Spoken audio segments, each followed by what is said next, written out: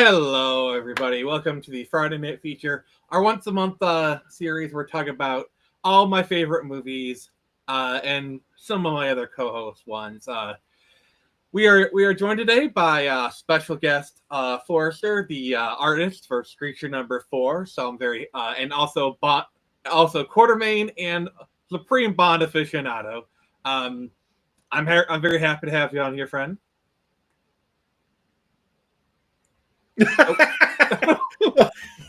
We can't hear you, buddy. I'm muted again. There we go. It happens. Okay. Well, I think I said what's up. What's up, Doc? And then, and as always, joining us, my great co-host, the man with a comic book that's currently burning up the indie charts. We have Chris from Infinity Chronicles. How you doing, my man? Hey, thanks. Yeah, it's a scorcher. Yes. First off, I want to say congratulations on the successful funding. You were like funded that night, right? Your opening night. Yeah, I was funded within an hour, and then we got the first stretch goal at exactly an hour, and then the second stretch goal 24 hours later. So we're almost at that third stretch goal. I'm gonna start making more stretch goals. That is a good problem to have, my friend. That is a good problem to have. And we'll be talking about that book a little bit later. But Forrester, we've had you here before, but it's been a while, so why don't you introduce yourself? And while you're doing that, I'm going to go get myself some water. Okay. I'm never any good at this. Yeah. Writer, illustrator of stuff, some of which has been printed. I'm on this channel because I'm doing 2 comics with him, so. Nice. Yep. Screecher number 4 and Quartermain and possibly others. Wow. And Quartermain is kind of a James Bond themed type thing. It was born out of he and I discussing James Bond. So nice. Yeah. Like whenever we talk, we'd inevitably go to a Bond discussion. Mm-hmm. And we discovered we both had a passion for James Bond. So it kind of just made sense to collaborate on this comic. Well, it's kind of hard. It's kind of hard for everything not to go back to Bond because when a franchise has been around for 50, pushing 60 years, and it's had so many iterations, and it's kind of the go-to example when you're discussing anything, especially long-running franchises. Yeah. Like, Fantastic Four is only 1 year older than James Bond, and if you go by the books, it's 10 years newer. Like, oh wow. Yep. Bond is a little bit older than like the Marvel universe, so yeah. And continuous. We've never gone more than 6 years without a new Bond movie, and if they do release the next one in 2027, that trend will stay unbroken. Because that was the gap between License to Kill and GoldenEye, and then Spectre and No Time to Die. It was 6 years is the longest gap. Whoa. Yeah. I think the Daniel Craig era is really interesting because it started out as a hard reboot because, like, you can argue James Bond has been rebooted more to Dalton is a bit of a soft reboot. Same with like Dalton to, with Dalton to Brosnan. But we never had a hard reboot before. Would you agree? Yeah. Yeah. Even Casino Royale is not that hard of a reboot because it keeps the same M. Like I don't think Amazon is going to have any carryovers. So it's a remake. Like there's already been a Casino Royale. You know what I mean? Like it's the second time we get to see it. Oh, there has been. Oh yeah, that's the other part. Forrester did some extra homework and watched the. Actually, this is the third time Casino Royale has been made. If you count the TV movie, you have the TV episode. Oh wow! Yeah, there was a TV movie in the 50s with Jimmy Bond. Mm-hmm. Jimmy Bond. They made him American. Oh no! You can't make James Bond American. He was, and Felix was like English, French. He was some kind of foreign accent that I couldn't quite place. They reversed him. Mm-hmm. No. It wasn't Felix. He was somebody else lighter. But yeah, Agent Basil? Lighter. No, might have been. From Austin Powers. Austin, that's my mother. What I find funny about this movie is this was like slightly before the era of reboots. Like I remember the press at the time. The press were having a hard time like calling the franchise. Like it looks like they're trying to restart the franchise. This is before the reboot had even like come in. Because like this, like we have Batman Begins in 06, and 05, and this in 06. And I think you like we were discussing this. Calling it Born Begins does seem pretty apt, though came a year after, but still, it does kind of fall into that Batman Begins kind of playground. Yep. It was heavily promoted on MySpace at the time. Oh, wow. They were... Remember that? Yeah. Well, they were going more for the youthful demographic. And it worked. Well, also this and Batman Begins both kind of fit very well into that, like, I don't want to call it emo, but like proto Tumblr. Like it had that moody, youthful edge to it. Yeah, like, the dark. Like that. Like, I think this movie perfectly kind of encapsulates like that mid 2000s vibe. Like everyone's using like those brick phones because like this is like a pre-smartphone era. So like everyone's using those like everyone's trying to look cool while using those little candy bar phones. Well, I just mean the vibe of it. It had the same vibe as like the music at the time did, and that was mostly by accident. But it, like, I don't mean emo in the pejorative sense, like that they made him whiny. I just mean like they made a Bond that, just like Batman Begins did for Batman, it fit very well into that like Hot Topic goth time period. Yeah. And it had a youth audience that I don't think James Bond had quite captured since maybe the 60s. But and I don't think a little bit during the Pierce Brosnan era, because the problem is GoldenEye GoldenEye is just like a really good film. To be fair, Brosnan benefit. GoldenEye is a Dalton film that just happens to star Pierce Brosnan. And then I've seen Die Another Day. I haven't seen the other two, but like I assume they're. Oh yeah, somebody just mentioned Peter Lorre in the chat. Yeah, he actually kind of redeemed the TV movie. But part of what's interesting about that is it was a live performance. What? Yeah, well that's how it was done in the 50s. In fact, like the reason why screenplays for television are called teleplays is because it was a live action play. That's craft television theater, because the concept of pre-recorded television was kind of a rare thing. Like I Love Lucy was more of a trendsetter than you realize. Yeah, it's like I Love Lucy really pioneered like pre-recording content. Wow, man. Was GoldenEye popular was GoldenEye real popular in the theater though? Because I caught up with it on TV and tape. I think for my generation, I think it did well in the theaters, but it also did well in VHS, like in the rental market. And then obviously the game really helped. Yeah, really helped. The game I feel like the teens and 20-somethings sat on it and then discovered it. Although I do remember teenagers going to see Tomorrow Never Dies. I think part of it, because like remember GoldenEye came out 2 weeks before Tomorrow Never Dies came out in audience, came out in theaters. Wow.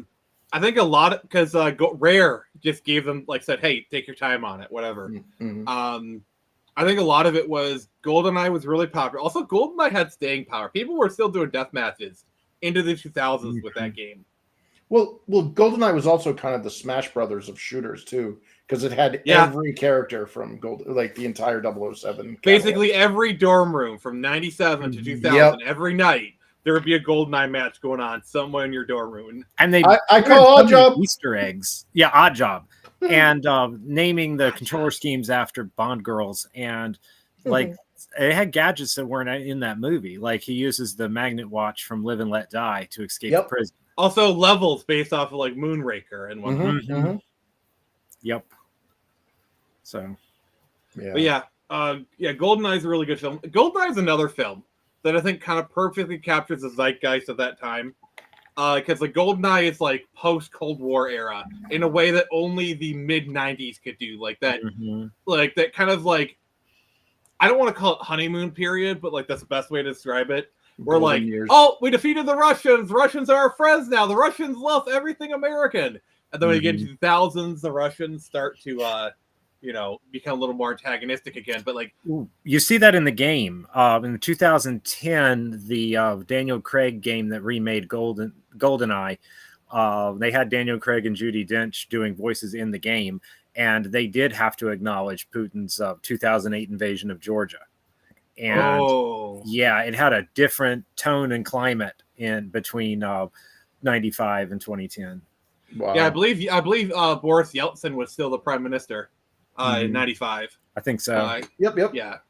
Well, here to talk about Craig, not Brosnan. Agreed. Well, we're talking about the transition of like how, because that's the Brosnan era kind of fell apart. I feel like we need to address Die Another Day a little bit. Yeah. Honestly, we do a whole Bond thing, but with the thing I like, I do want to tell one thing about that, because this is how I discovered Bond. ABC did a really good job, and this is when Alias, the Bond picture show. Yes, you remember that. This is when Alias and Kim Possible were on, so they kind of had like there was an interest on their network in spies, and yes, and they had like the cast of Alias, and I don't think Goldfinger had any hosting; it didn't need it, but they did Up to Golden Gun, and I think it's a tragedy that they didn't do Spy Who Loved Me, but Die Another Day bombed, and this whole setup was to build buzz for Die Another Day, and then so they just kind of stopped. But yeah, if I remember correctly, Die Another Day did well. Like it did well in the box office, but critically, it was a critical disaster. Well, part of it was good, although the parts of it that were good were also just stolen from The Rock. Did you notice that? Yeah. Is that technically like one of those like unofficial canonical Bond movies? Like where Connery is a retired James Bond? Yeah. There was like the screenplay, the guy who wrote it as a joke had a reference to The Rock that he knew would get taken out. There's like something about a character who's supposed to be Sean Connery, and he was like, I was in prison for 4 years. Really? They had me for 20, but that was a gag. It was never actually, he knew it wouldn't go in the movie. But that would be crazy if James Bond and John Mason, because like Die Another Day, it was a Korean guy, I think, who wrote it. He toyed with the code name theory, but Barbara Broccoli wouldn't allow any of that in the movie. Of course, it was just dumb stuff he did at his typewriter. In my opinion, I feel like they should have made the codename theory canon, because it would literally make everything canon. It's like the perfect solution to have have like, all the different actors. Yeah, because there's a major Judi Dench problem.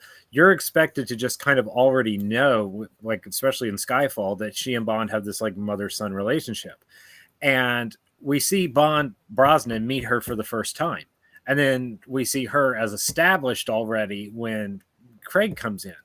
But yet, also, you notice the office she's using in Casino Royale is actually the same one for GoldenEye. Mm-hmm. Inside and out. The one they blow up in Skyfall. Like exterior was in the other movies. Well, the exterior is just the MI6 headquarters. So the actual MI6 headquarters. Agreed. But I'm just saying they made a point to destroy it and go back to the classic hidden location in the end of Skyfall, or just the middle portion, which I thought was fine.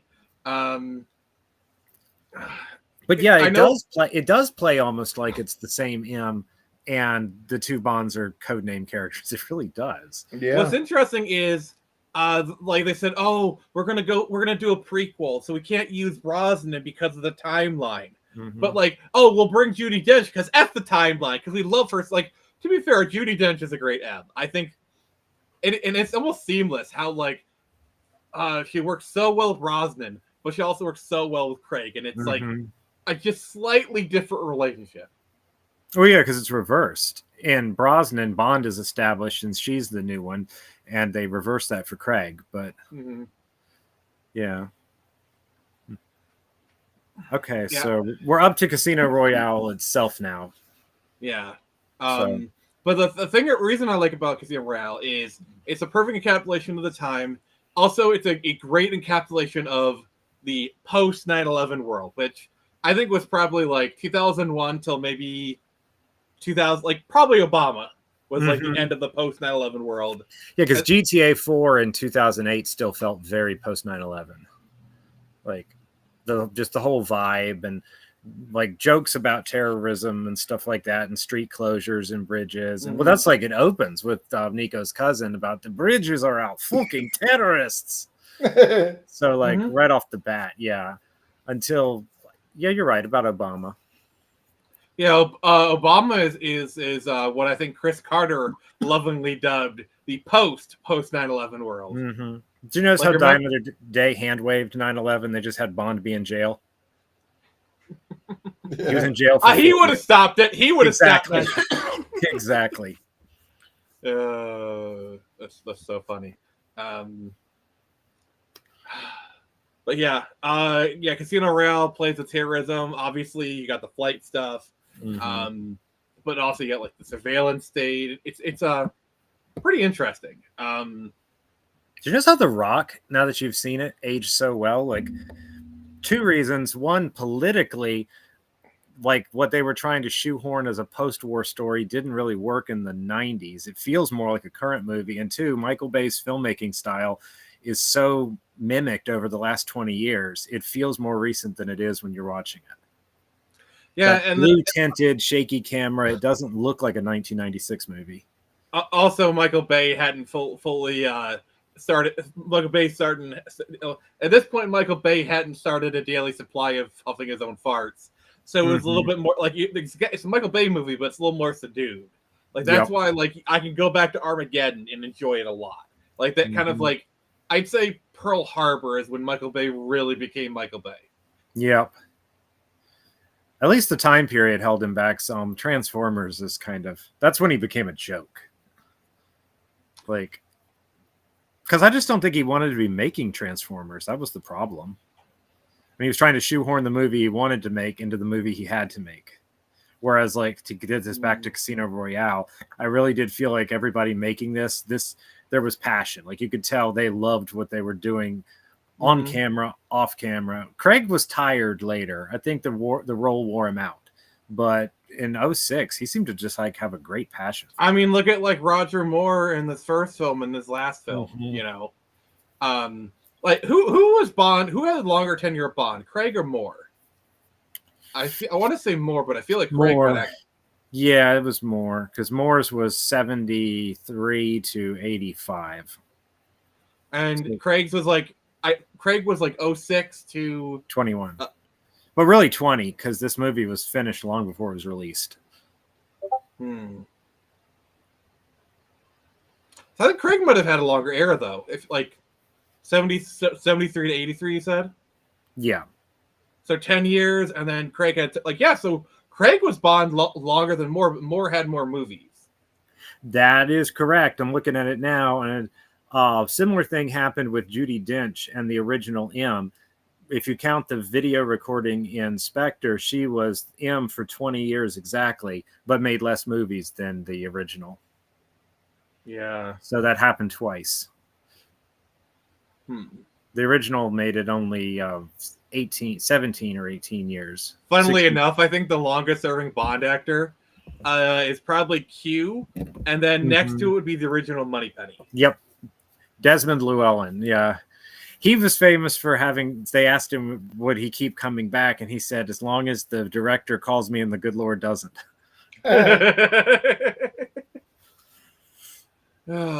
Rest in peace, you beautiful bastard. Yep.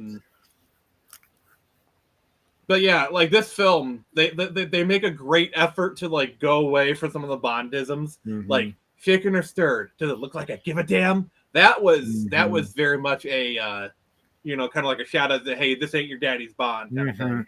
Yep. What's funny is by the time you get to the Skyfall, they kind of reverse that a little bit, where they start leaning into more of the Bondisms. Yep. And I think they kind of make Skyfall better film. Like, literally, my favorite scene in Skyfall is the problem with company cars is they have trackers. And then it opens the garage door, and it's the DB5, and you start to hear the Bond themes, like, oh yes, that's completely conspicuous. And he's like, oh, go ahead, eject me, see if I care. It's like, god dang, Judi Dench knew the assignment. It's like, oh, I get to be a Bond girl. Yep. Well, Bond has never been about like plausibility anyway with the cars. I mean, if it was, they wouldn't consistently cast 6-foot male models as a inconspicuous guy in disguises.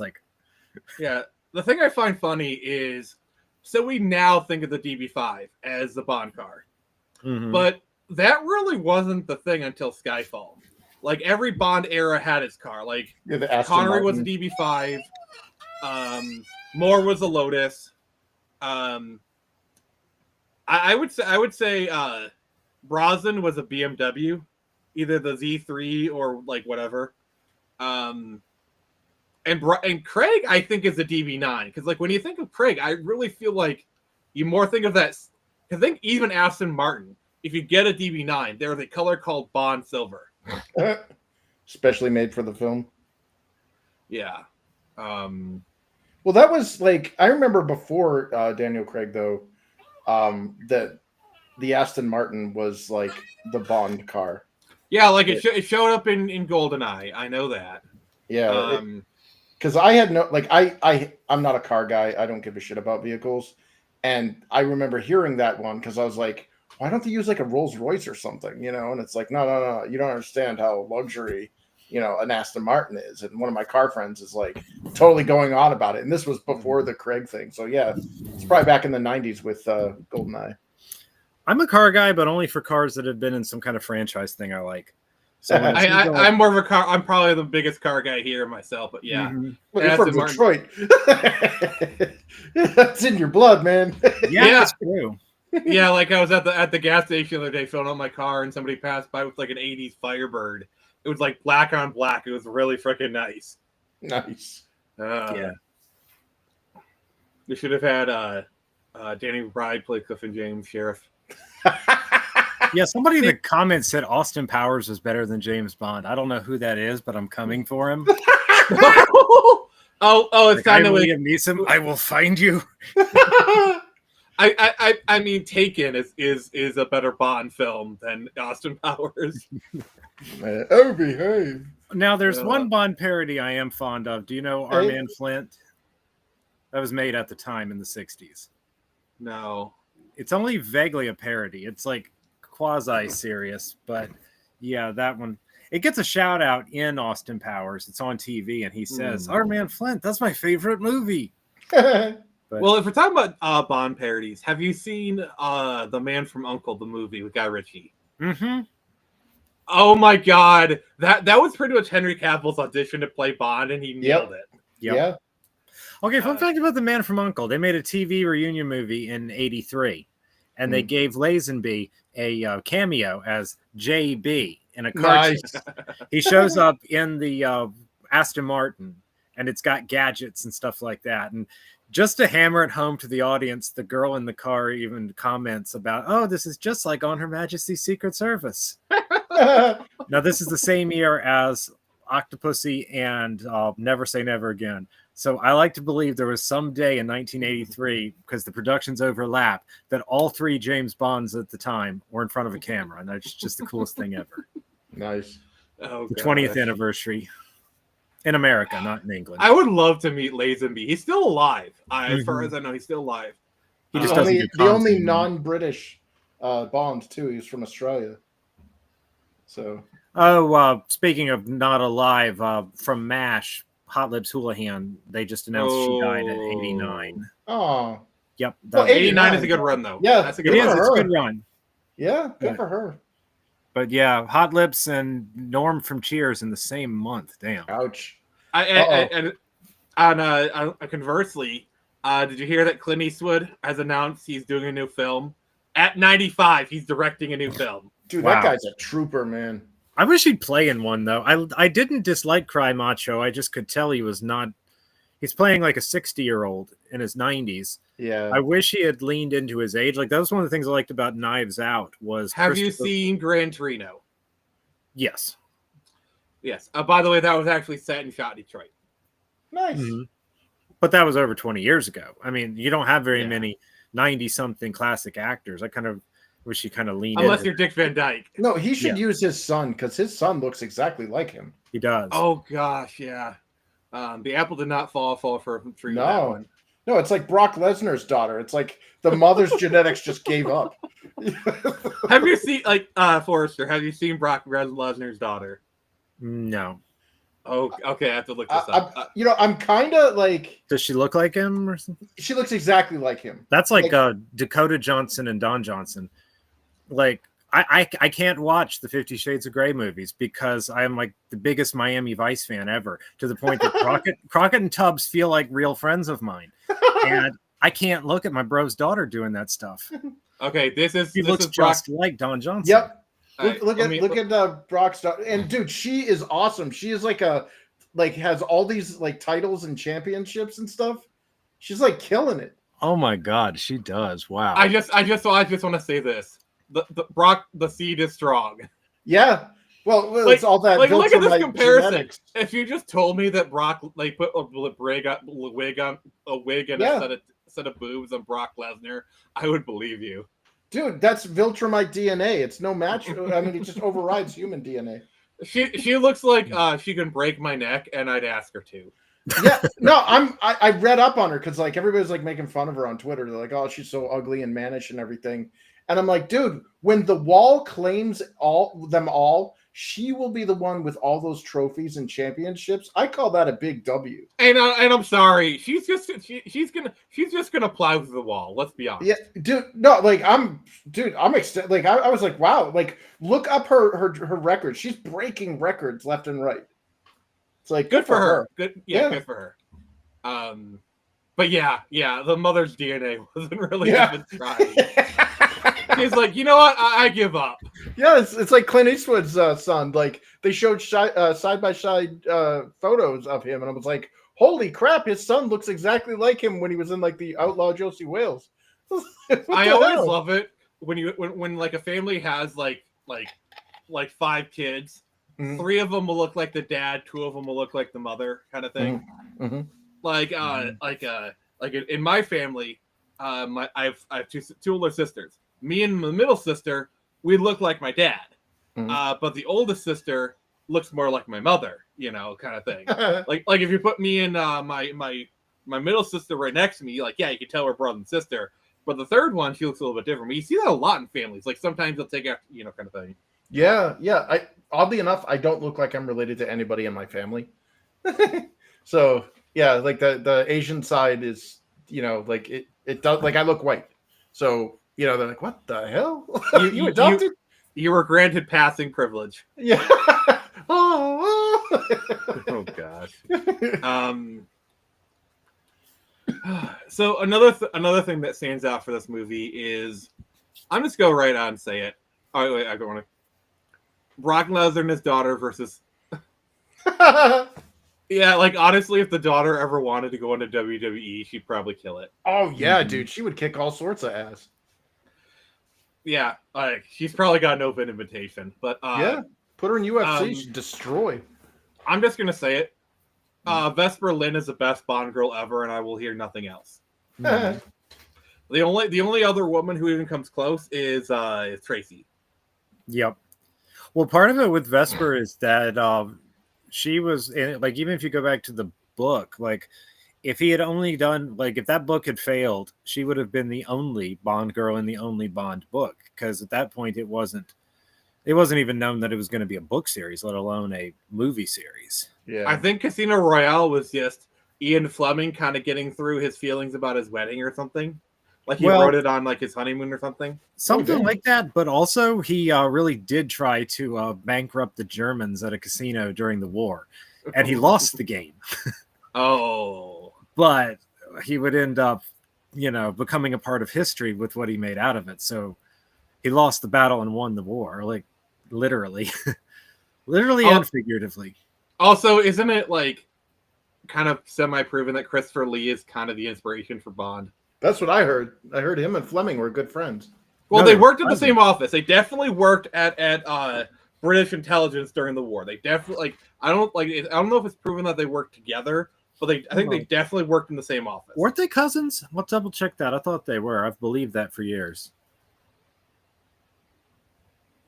I know he would. I knew they flew in they definitely flew in the same circles.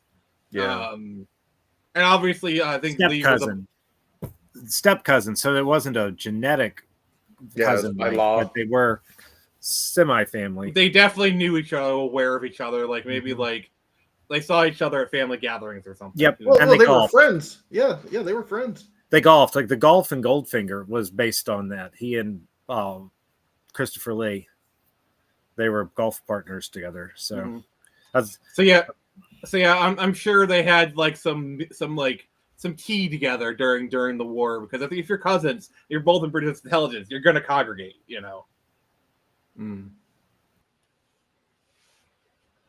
Yeah. I can't wait for the biography of Christopher Lee. That like the biographical movie. That's gonna be wild. Dude, that guy is like inspirational to say the very least. Yep. He's a death metal band member. He corrected I think it was Peter Jackson on how the sound of a blade impaling a torso and coming out should sound. He had personal experience.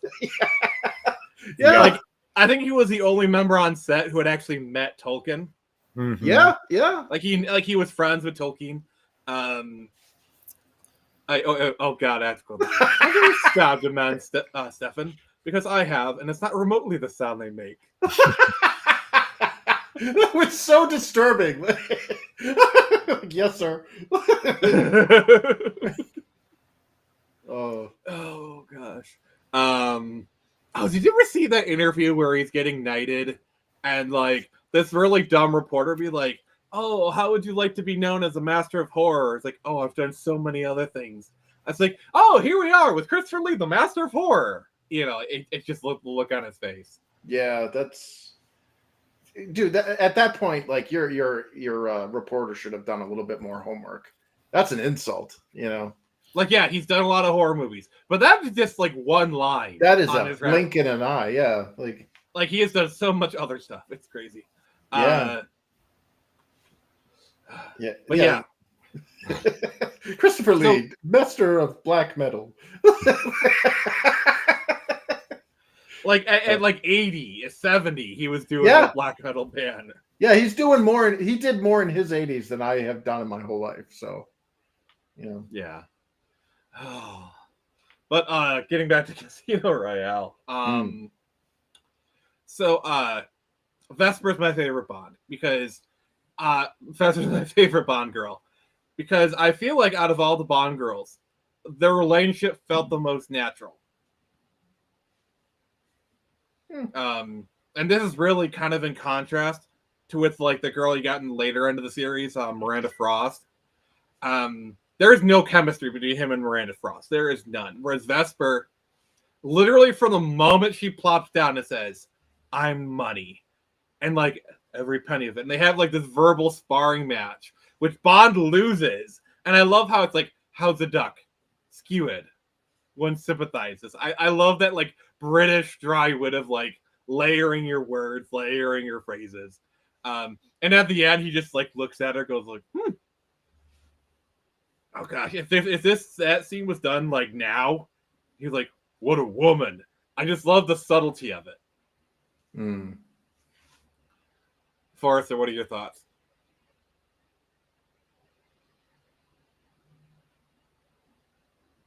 He's muted. Oh, you're muted again. I was trying to think of something to say without talking about Spectre and No Time to Die, trying to keep it focused on this movie. Mm-hmm. She's kind of the new Tracy in that she's the one who haunts him for the rest of the series. So, the one that got away, so to speak. Mm-hmm. If they were going to do a callback to All the Time in the World, they should have used it there or something, not... I don't know. Well, they kind of did in Spectre. Like, he literally says we have all the time in the world. I think they even played the song. Yeah, no, it's his last words in No Time to Die. I think he says in the beginning, too. He might. But I'm not sure he should have gone out on a callback, but I refuse to believe he died. I refuse to believe it. But I guess at least they had the balls to actually do it. Because, like, Dark Knight Rises, it's like, then they undid it. It's like, oh, he can't get out of this one, and he's at a cafe. Yeah. Yeah, that's kind of like talking about Dark Knight Rises. That's the problem I have with the ending. Batman would never stop being Bond if he was able to, but Batman would never stop being Batman if he was able to. Yeah, well, Bruce Wayne is kind of his facade. In the Beyond timeline, it literally took a heart attack and him using a gun to make him stop. Yeah, and I liked. That's probably the only handing of the torch character I like too. By the way, Terry McGinnis, because they handled it really well, respectfully, and they still had Bruce Wayne in the background. He was guiding this guy. It was almost like a super Robin. Yeah, and I think they constructed the perfect scenario for Bruce to quit. Like, he's so old that he has a heart attack mid-thing, and he has to use a gun to resolve the situation. The thing he hates the most. So he's so disgusted. Like, it's perfect. And he's in his 60s or so. 60s or 70s. Like, they were smart to make him fully gray-haired. Like, no, Batman kept being Batman as long as it was possible. See, that's one problem I have with Dark Knight Rises. Only 8 years, and it's 8 years after a year one arc. There's no, like, Batman Golden Age era ever. He goes straight from being a new Batman to retired. And it's like, the dude's younger than I am. And I'm supposed to believe he's hobbling on a cane and is like, they wanted to do Dark Knight Returns so bad, but he's got to be. The problem is, it's like he was out of the game for 8 years, like barely exercising, like basically hobbling around the mansion for 8 years. No, he's exactly my age because it's his 30th birthday and Begins. So plus 8 years. It's like, dude. Well, you got to realize there's probably at least like 2 year difference between Begins and Dark Knight, and then 8 years. True, but remember, Roger Moore was 46 in Live and Let Die, so I don't want to hear the 38, 39. Well, there's a big difference between being Batman and being a spy. It's similar, but I think Batman is a bit more strenuous on the body. Oh, I'd agree to that, but if you're going to do Dark Knight Returns, the whole purpose is that he's coming back into action old. So, I mean, it's like, I think the Snyderverse did Dark Knight Returns a little bit better. Like, even though he hadn't stopped being Batman, it's very clear, like, you know, he was pared down a little bit as Batman by that time. Also, Coral, we don't talk about Epilogue. We do not talk about that episode. Oh gosh. It's at least better than what it could have been. It's better than being a DVD movie with Catwoman being the one behind it. I actually was watching a video about that stuff, and did you know at one point for that Catwoman movie they're gonna have a cloned Nightwing? No. Whoa. That was planned. And I will say what Amanda Waller did. That is exactly something like Amanda Waller would do. I think it's the problem of making him his quote unquote son or clone.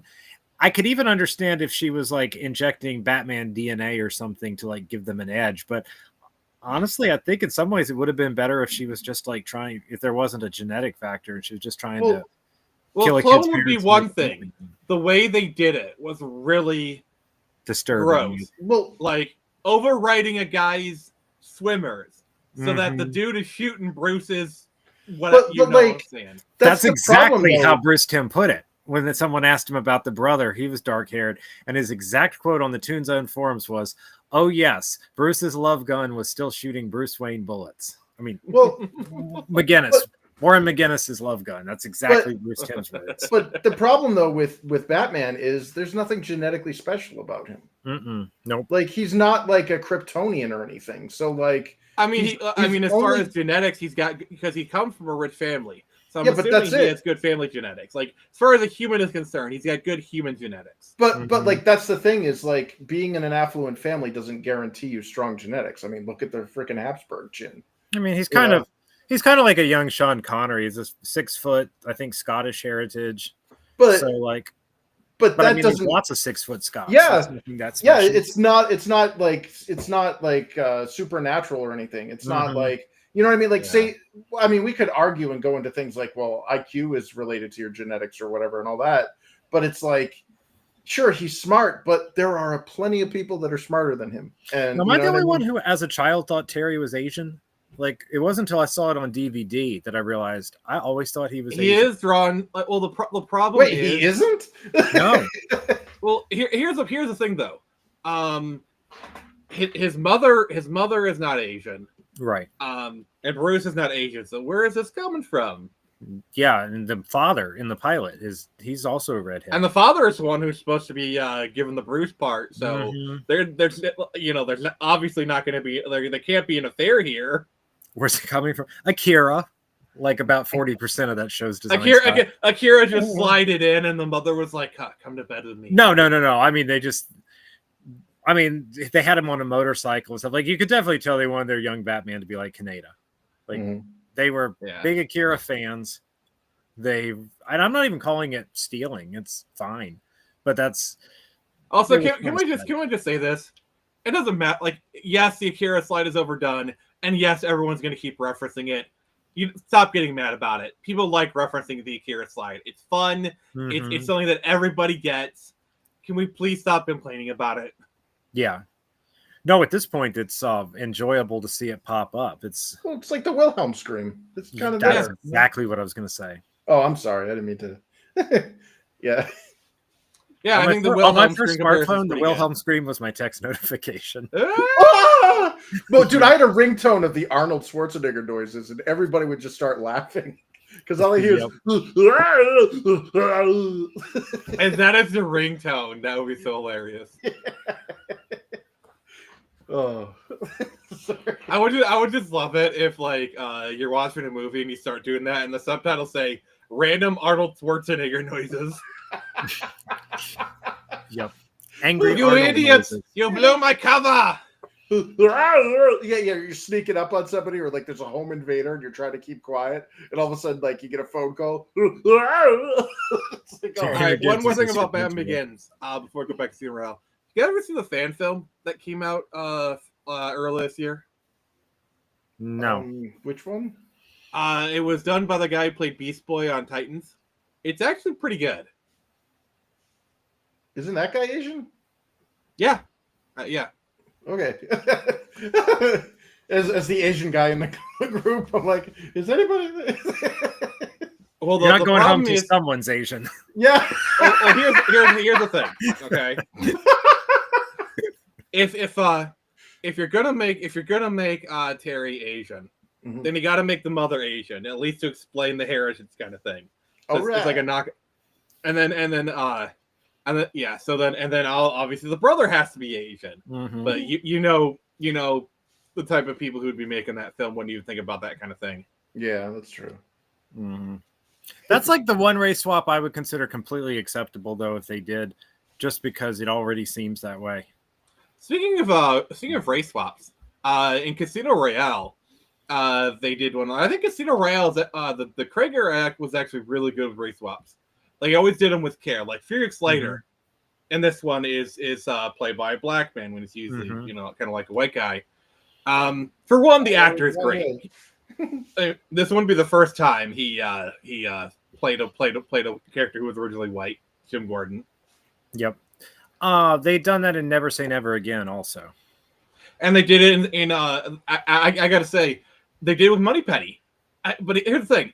She's actually kind of one of my favorite Moneypennies. And the thing I like about the Moneypenny in the Craig era is she's in the field with him. She's actually competent. There's like this hint of attraction kind of thing, but it doesn't get too much. I really don't like the Brosnan era one because it's a little bit too doe-eyed. Yeah. You know what I mean? She came off to me more like somebody playing Moneypenny. Like, then I didn't believe her. Like, and her lines weren't as good. I'm not sure what the scripting was. Like, the cunning linguist was kind of lame. And I've heard that pun already. And the thing is, like, if you look at her in her first scene in Goldeneye, like, she's actually pushing back, like, someone would call that sexual harassment. You know, like, I was like, okay, doing a little pushback. Like, the original Moneypenny was great because her and Bond always kind of had like a great back and forth. It was like, it's like, okay, we flirt with each other. It's like the push pull. That's just our friendship. Like, it's like, and it worked with Connery and then with Moore. Even then, they still had that like kind of push pull. But you've always felt like it was just like these two people. They're really good friends, and that's just how they interact. Yeah. She covered for him once in Live and Let Die when he had that Italian woman in his closet, and Em showed up in the middle of the night, and he was making coffee, and she opened the closet to like put her coat in and saw the girl in there, but did not did not rat him out. So it's like it's an interesting dynamic there. It's like they had this. I was never sure with Lois Maxwell exactly what their dynamic was. Like, was she pining after him, or was it just playful banter, or that mystery is part of what made it? Actually, that's part of what ruined it in GoldenEye was when something that was said about that VR scene in Die Another Day was ridiculous. Yeah. But about, oh God, Die Another Day, you're right. Okay, yeah. It's like once they made it clear exactly what the dynamic was, I don't know, it just lost its fun. Yeah, for me, like, that's what I liked about the Craig era was, there's attraction. Yeah, they slept together in Skyfall. It's heavily implied. Mm-hmm. But it's also like, all right, it didn't really work out with us, but we'll still be friends kind of thing. That's basically what I got. Did you ever see that shit post I did on Twitter where it was some kind of meme of like all the places you've made love? So I answered all of them as James Bond. The only answer that wasn't there was a kitchen. That's, I think, the only location. And with Skyfall, I wobbled on whether to put it there because I wasn't sure if him and Moneypenny did or not exactly. But I went ahead and counted that one. Yeah, to me, it's heavily implied. Get like the very sexy shaving. Mm-hmm. Yep. Oh, I also really do love that scene because like he shot her and like giving him the straight razor, having him shave was also like, it's like, I do trust you, put a knife to my neck kind of thing. Yeah, liking close shaves. Well, see, that's where I wasn't sure if it happened or not, because like if they almost did but didn't go through with it, that itself would be the close shave. So I wasn't sure.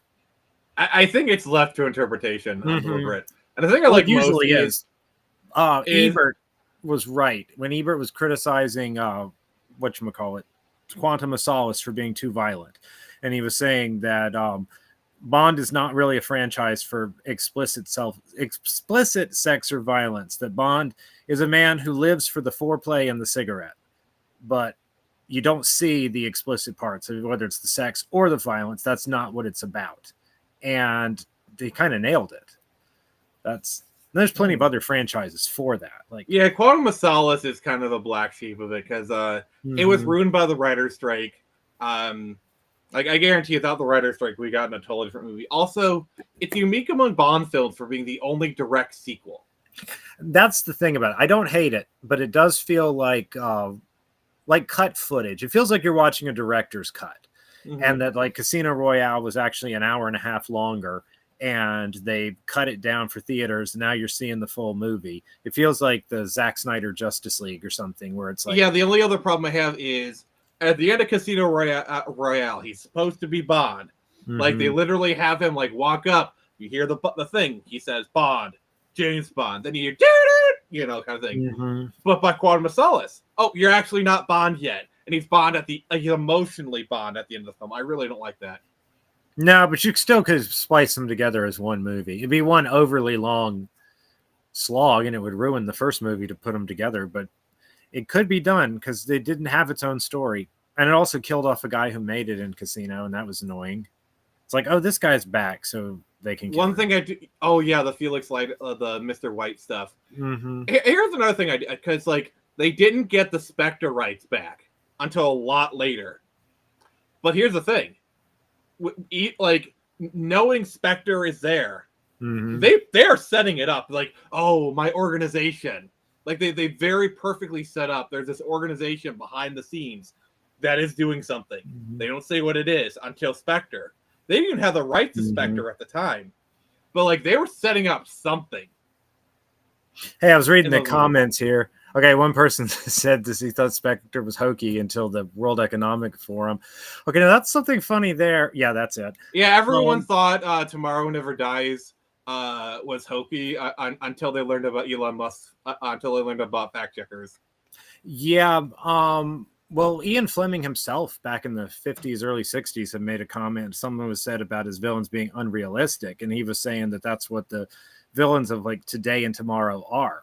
He thought nations were outdated, and he felt that like billionaires and, you know, like power brokers like that. Yeah, exactly.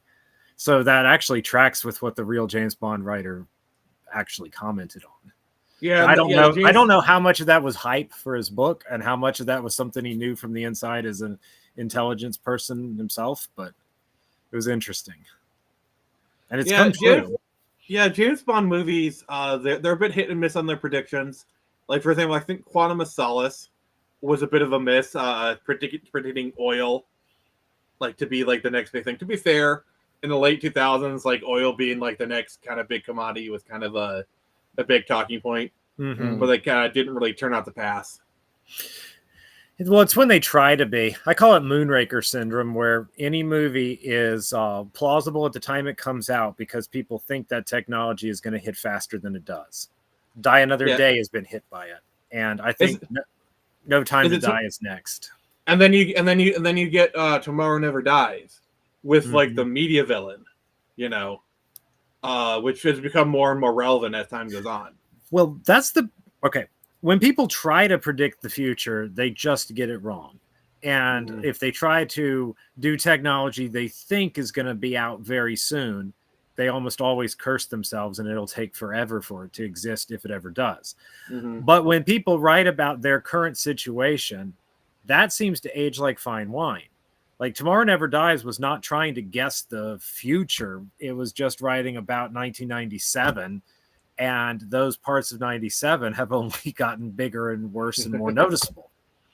Yeah. Also, Steve Jobs would come in and dress and act exactly like that character 10 years later. Well, I think he was doing that as like he was like the black shirt stuff. He was doing that as far back as like the late 90s. Like maybe go back he was, but I don't think he was famous enough that they were referencing him. I don't think they were referencing him. Like when did he would end up. When did Tomorrow Never Dies come out? 97. Yeah, because that was the year that like Steve Jobs really burst back on the scene with like the iMac reveal. So yeah. Austin Powers and Brosnan's Bond were actually neck and neck. That's why I hate the urban legend that like Austin Powers killed it. It's like, no, Tomorrow Never Dies and Austin Powers dropped at the same time. And then Spy Who Shagged Me and The World Is Not Enough were at the same time. And then Die Another Day and Goldmember both did terribly in 2002. So they kind of died together. I would push back against that a little bit. I don't think they killed it. Because I actually did watch the video you're referencing, which is pretty good. They didn't kill it. It just shined a mirror onto the James Bond. Also, Austin Powers wasn't the only franchise doing that. Remember, Sky Kids was also doing like the James Bond parody stuff roughly around the same time. So, well, yeah, there was a lot of that because, like I mentioned earlier, Kim Possible was doing that, and Alias was doing it unironically. They were the Jennifer Garner and I mean, heck, Inspector Gadget. What's the director? No, they literally had a show called James Bond Jr. J.J. Abrams. That's what kind of made him a household name was Alias. So yeah, so like. Yes, Die Another Day was critically panned, but the series was in desperate need of a refresh. It needed to kind of ditch the tropes, like ditch a lot of the tropes. That's why a lot of the Craig era has like this aversion where you're expecting an exploding pen. We don't really go for those things. Well, that was the first one to be truly post Austin Powers because Tomorrow Never Dies dropped at the same time. And then World Is Not Enough and Die Another Day were already in varying stages of pre-production. So Casino Royale is the first time that they kind of really sat down and acknowledged the elephant in the room. So, yeah, and the biggest problem with Casino Royale is Bond films are always a trendsetter. It was Casino Royale where they started chasing trends because Casino Royale is definitely a post Jason Bourne. Like the Jason Bourne comparisons are very apt. A little bit. Bond has chased trends before. Live and Let Die was blaxploitation. Golden Gun had kung fu elements. They had, but they weren't well remembered. Moonraker was definitely trying to piggyback off Star Wars, but as was the style of the time. Yeah. So they did. It tended to be in between movies. Like you'll notice some of the older ones, they'll say Bond will return in For Your Eyes Only, but the next one is Moonraker. It's when they'd shove in these, cash-ins in between the ones they were going to make anyway. That's where they kind of. Sorry, ignore the text. I sent you the wrong thing. Yeah, I know. I just saw that. Because I'm a Bond fan, so I don't regret any Bond movie existing. But it's not exactly Christmas, is it? Like, yeah. Also, I do like the younger Q. I must say, I actually don't mind that they made him gay. Mm-hmm. Partially because we never knew, you never really went to Q's relationship. Plus, the other thing is, he was gay, but it was never the defining feature of his character. Yeah. Also, it would seem a little strange if everybody was straight in the 2020s now. It's just, especially in Britain. Well, and British fiction.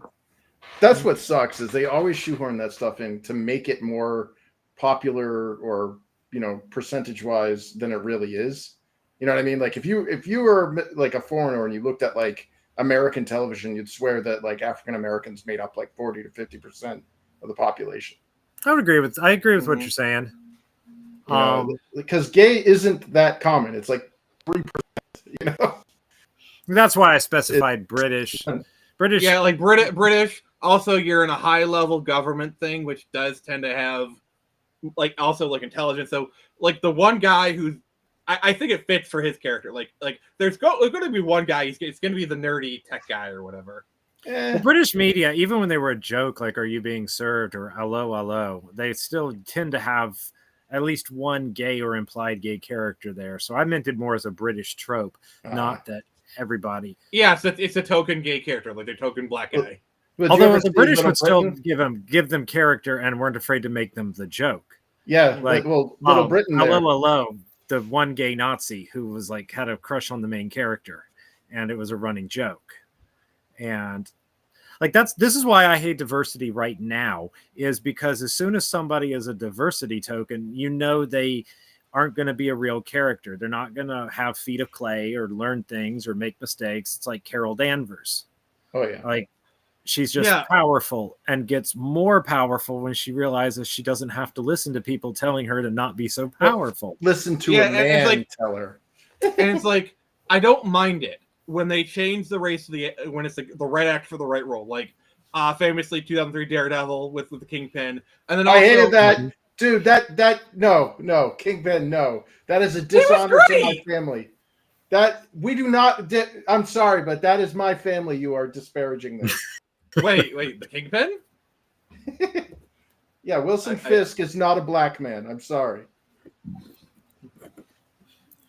That was early enough in Marvel. It didn't bother me partially because it wasn't part of a universe, and adaptations used to be very loose. Well, it stands out more now that it's, I just hate that race swapping today goes only one way. It's a check. Also, it's a checklist.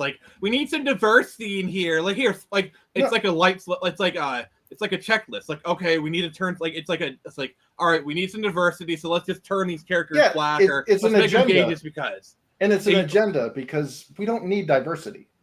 Whole myth. Sorry. Yeah.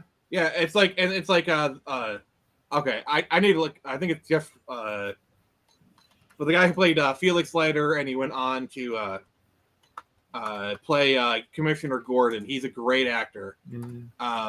Jeffrey Wright. He was a great Felix Leiter, and I think he made an amazing Commissioner Gordon. As soon as I heard he had been cast Commissioner Gordon, I was okay, I'm down. Mm-hmm. Well, because I knew the actor, and I knew he'd be a good Commissioner Gordon anyway. But it's could you imagine if Ryan Gosling was recast as T'Challa? Yeah, exactly. I'm sick of it. The reason why it never bothered me in the 90s when Will Smith was cast as white characters, he was even supposed to be Neo, but Will Smith at the time would put butts in seats. You know what I mean? Yeah. It wasn't a race swap. It was a hot commodity in Hollywood that was being put in these spots, and he just happened to be black. And that never even crossed my mind. I never thought of anything.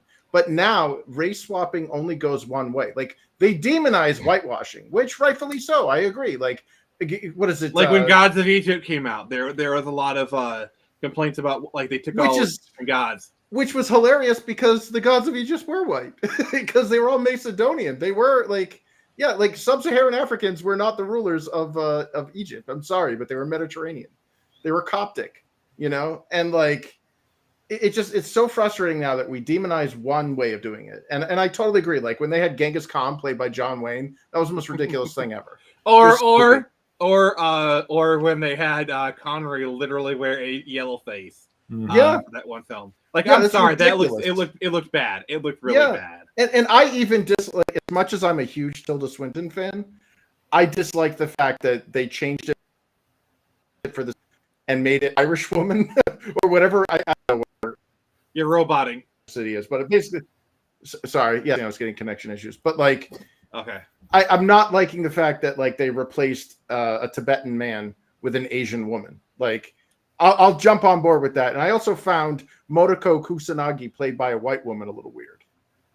But that's it. Well, but yeah, in terms of the ancient one, it's a bit of a pickle because at the time they were trying to cater to the Asian market and having a Tibetan would like no because like China is that's what it was. They weren't catering to an Asian market; they were catering to their CCP overlords. Mm-hmm. You know, and it frustrates me because it's like, and people were pissed off about that, and they were like, "Well, you weren't so upset when they were doing that." I'm like, "Yeah, I was the one calling it, dude."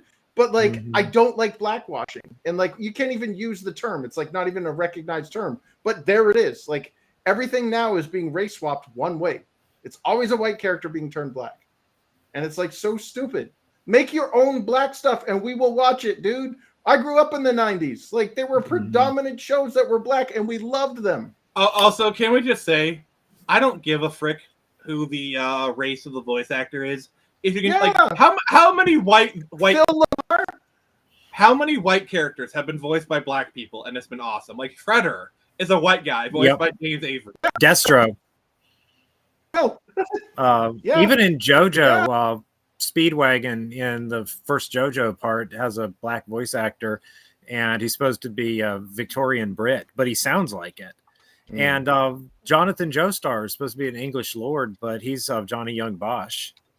So, but they sound like it. I wouldn't have known. So it's like, who cares? And I wouldn't want anyone else to. That voice cast was perfect. Like John DiMaggio has played black characters before. Mm-hmm. He gets a bit of a pass. All right, Chris, do your best. Well, we talked about everything but the movie we're here to discuss. Yeah. I'm trying to keep it on point, but like it's fine. I just derailed it to JoJo. I feel like Nyx is here because that's what she would have done. Oh yeah, she would have definitely. I even referenced her favorite character, Jonathan Joestar. Yeah. And watch, she'll just pop in when pop up just for Jonathan. Yes. But yeah, I would say like the movie holds up. Really, the only thing that dates a movie is the cell phones, I would say. Yeah. Let's be honest here. There's not a whole lot to say about good movies. It's only when they're bad that they generate discussion.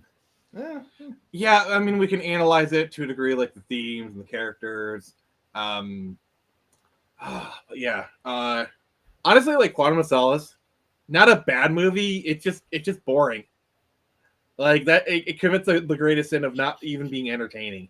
I love Skyfall. I think Javier Bardem is probably one of the best Bond villains, in my opinion. Mm-hmm. Yeah, he was great in No Country for Old Men. That's what I was about to say. But that's also what's a little bit wrong with him. He's exactly that character almost. That's why it's like, it's cool to see him in Bond. Well, he's got that whole jaw that he pulls off. That freaked the hell out of me. Yeah. But it's very, very similar. It would be like having Heath Ledger as a Bond villain if he were still alive. And let's be honest, Heath Ledger probably would have been a Bond villain eventually. I think honestly, Heath Ledger probably could have played Rami Malek's role in No Time to Die. Man, my problem is like the last two Bond because like at the end of Skyfall, you basically have it like all right, we're all set up to do classic Bond stuff now. We got Moneypenny, we got M, Ralph Fiennes, who I think had the potential to be a good M, but the problem with Ralph Fiennes is they never actually gave an opportunity to be a good M. And my favorite joke in Spectre is like, oh, I finally know what C stands for. Stands for. I do love that. Supposed to be an O in country. Right. That was one of my favorite Family Guy jokes. Yeah, like Spectre kind of seems like they saw Winter Soldier and just wanted to make that movie. Oh, yeah. Captain America: Winter Soldier, and also the stuff with Miranda Frost, which I'm sorry, she's just not a good actress. And like that scene where it's like she assembles the gun, it's like, I don't need to teach you a dang thing. And it's like okay, this is your end game. Like, I'm sorry. Like, I know I'm a Vesper fanboy, but like, there's other women you've had more chemistry with in this series. Mm-hmm. I'm getting old, and you're available. Yeah. Yeah. I think it's the other problem with the Daniel Craig series. Like, new Bond. Oh, you're too old now. Oh, you're too old now. Oh, you're too old now. He was old. He was too old longer than he was normal. He was never normal. I think it's like what you said with like the Batman stuff with Batman Beyond. There was never like a golden age Bond kind of stuff, because like at the end of Quantum of Solace, he's Bond, he's fully Bond now, and literally the next film is like, he's too old, you're used up, and they repeat that theme 2 more times, and it just gets old by No Time to Die. And they made Daniel Craig, they treated him as more out of it than like in The Rock. Sean Connery was like in his 60s. And it was more like, oh, damn, he's too dangerous to let out. When he was actually old. That's what was kind of crazy to me. And the thing I love about The Rock is they kind of do this John Wick thing. Where they both show and tell. Where they tell you how dangerous a person is. And then they show you how dangerous a person is. Because like in The Rock, it's like, oh, he's so dangerous. But then like by the time you get to the hotel and he like executes his master plan, and you see him putting it together. It's like, okay, yeah, this man actually is that dangerous. He escaped with a quarter. Like, that's how dangerous he is. You can't even leave a coin around. He'll use it to escape. My favorite little detail is the fact that he called in the catering, like this whole buffet, to have all the FBI agents in like 2 rooms away, distracted, when he did his master plan. Like, I thought that was like a genius move. Don't you remember the quarter, though? He used a chair to sharpen it. And then he could use the quarter as a blade. Yeah, and then he got like the rope from the shower and whatnot. Yeah. Oh gosh. I knew you'd love that movie. I told you to watch it. I did. I enjoyed it. My favorite part was Nick Cage was a Bond girl. Like the fact they even gave him a Bond girl name. And I think someone told him, Nick Cage, you're the Bond girl in this movie. He's like, awesome. He acted like a Bond girl. It's like he understood. Like, I swear, Michael Bay was like, act like you're a Bond girl, and I don't know. I feel like they gave him that direction. Yep, definitely. It was also good at setting up its case. Like everyone jokes on the Rocket Man scene, but even that was set up. He was listening to Rocket Man at the beginning of the movie, so it's like even dumb lines like that. Because a lot of movies now they forget to do the you do setup, callback, and you have to do your foreshadow. And they'll drop something in there. Chekhov's gun kind of situation. Sometimes it's not their fault. Like Return of the Joker, the Batman cartoon, it has an error where it was supposed to say Jolly Jack on a hovercraft, and the animators didn't make it legible. And so later, Terry just randomly tells the computer, search Jolly Jack, and finds a candy factory, but nothing in that movie lets you know where he got Jolly Jack from. But that was an animation mistake, and in 2000 they couldn't call a reshoot on that, or not reshoot, but like reanimate. So even when they did have to reanimate it for censorship, like that itself was putting them over time and budget. So, and I think this is also a problem with like modern filmmaking, where like we're so reshoot heavy. Like, oh, this movie's not working. Add like 30 minutes and insert it like 15 minutes in the movie. Is you could have a tight script and you have like a setup payoff, but because of reshoots, the setups and payoffs get jumbled, and oftentimes when you're doing the reshoots, it could be very haphazard. Yeah. Sometimes people age. Like you can tell when they shot something 2 or 3 years different from, like that happens and it's weird. But no, I blame the digital formats because film was expensive and you always had to measure twice and cut once. And modern stuff, it's like, oh, we can just reshoot it, and suddenly like somebody's got or like, oh, the actor isn't even here on the day of the set. Let's have Tom Holland kiss a green screen model. Yep. Yeah. Have you seen that picture? Yeah. Yeah. Well, it takes the soul out of the film. What it does is it says, well, we can just keep micromanaging it until it like falls into place. Also, honestly, if you have you rewatched the Endgame like funeral scene, the procession, it is so obviously they just digitally when they go by Doctor Strange, he's not even blinking. Yeah, it's just like a deep fake or whatever. Well, that was a little bit before it, but I'm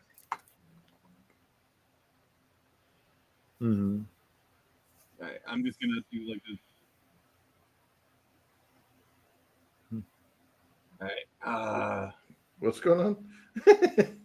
I'm pulling up the scene because like I just want to do this real quick. I'm gonna mute it. That should probably help. Here's Doctor Strange. Okay, just keep an eye on him. Just look at him, and he's obviously CG too. Like, look at Doctor Strange there. Look, he's just not even blinking or moving. He's just standing there. Now that I see it, I know. And like disturbing. The other part is he's it's pretty clear he's CG. Just look at him. Yeah, you can kind of see some masking distortion. Yeah, like it's very clear they shot these people in groups. Yep. And they're just digitally comping them in. Like the spacing between everybody, it is very clear they shot this in groups. Yeah. And the most hilarious thing is like, that's the one time we did actually have people together. Liar, liar, pants on fire. Yeah. Different layers in After Effects. Oh yeah. Oh. Let's see here. What are some of your favorite jokes in Casino Royale? Mine is when he does like that classic Bond line is like, oh, I'm sorry. That last line, it nearly killed me. I like the one where she's like about something other, if all that was left of you was your little finger, you'd still be more of a man than anyone I've ever known. And he's like, that's because you know what I can do with my little finger. She's like, I have no idea what you can do with your finger. No, but you're dying to find out. Yeah, there's a lot of those kind of things. Like, well, part of what makes that cool is, yeah, he's being like, you're the cocky flirt ass, but he's also diffusing a major compliment. Like she's saying, like I've never met anyone who's more of a man than you. He doesn't take the compliment per se, but he doesn't deflect it. Like he's not self-deprecating. He doesn't deny it. He just doesn't answer it directly either. He just kind of turns it off as a joke. That's what gives him such swagger. He finds a middle ground that he's not being vain, but he's not being like, a self-deprecating pansy. Yeah, that's what I love about those two. They have kind of like a back and forth. Where, I actually saw that clip used in like Charisma on Command or one of those like YouTube channels. Oh, I used to watch that. I used to watch that channel. I used to watch some of the breakdown of the Game of Thrones shows. It's pretty good. And then they kind of felt like everyone else. But they all do eventually. Yeah. Another one of my favorite double entendres, like, this is tailored. And she says, I sized you up for the moment I first saw you. Like it's like a double entendre, but it's not a sexual one where it's like she sized them both physically but also mentally. I just love that. Yeah.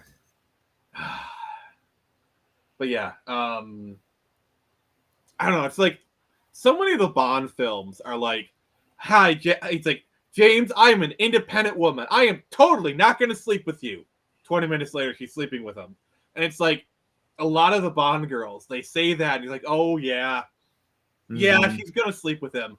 With Vesper, it's like you're not sure, like there's that back and forth, but also Bond kind of has to earn it, if you know what I mean. Mm-hmm.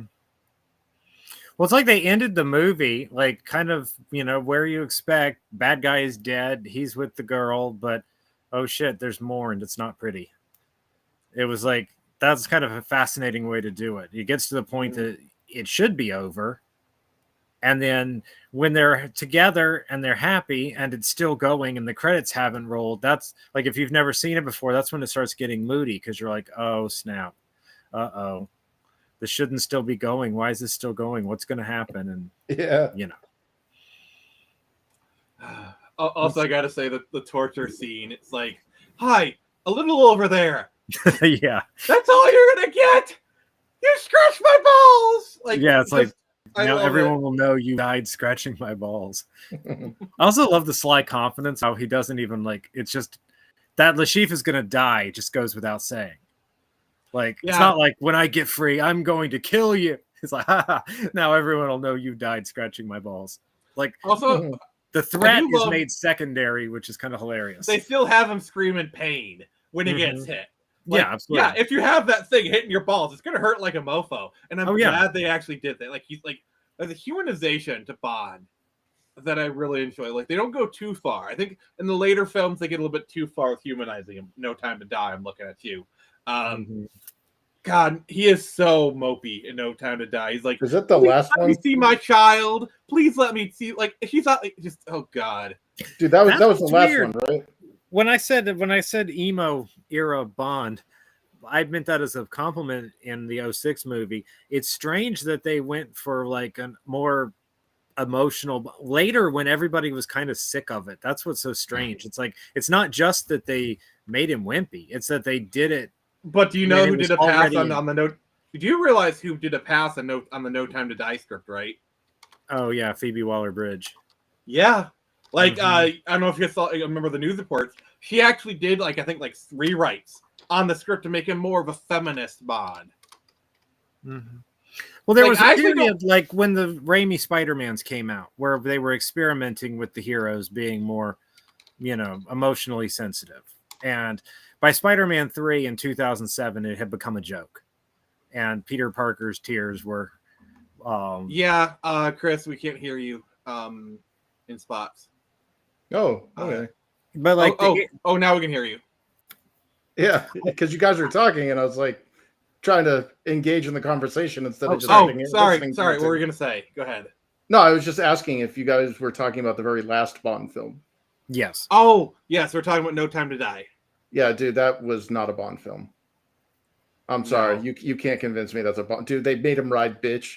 They castrated him. You're talking about him being mopey? No, that's a eunuch there.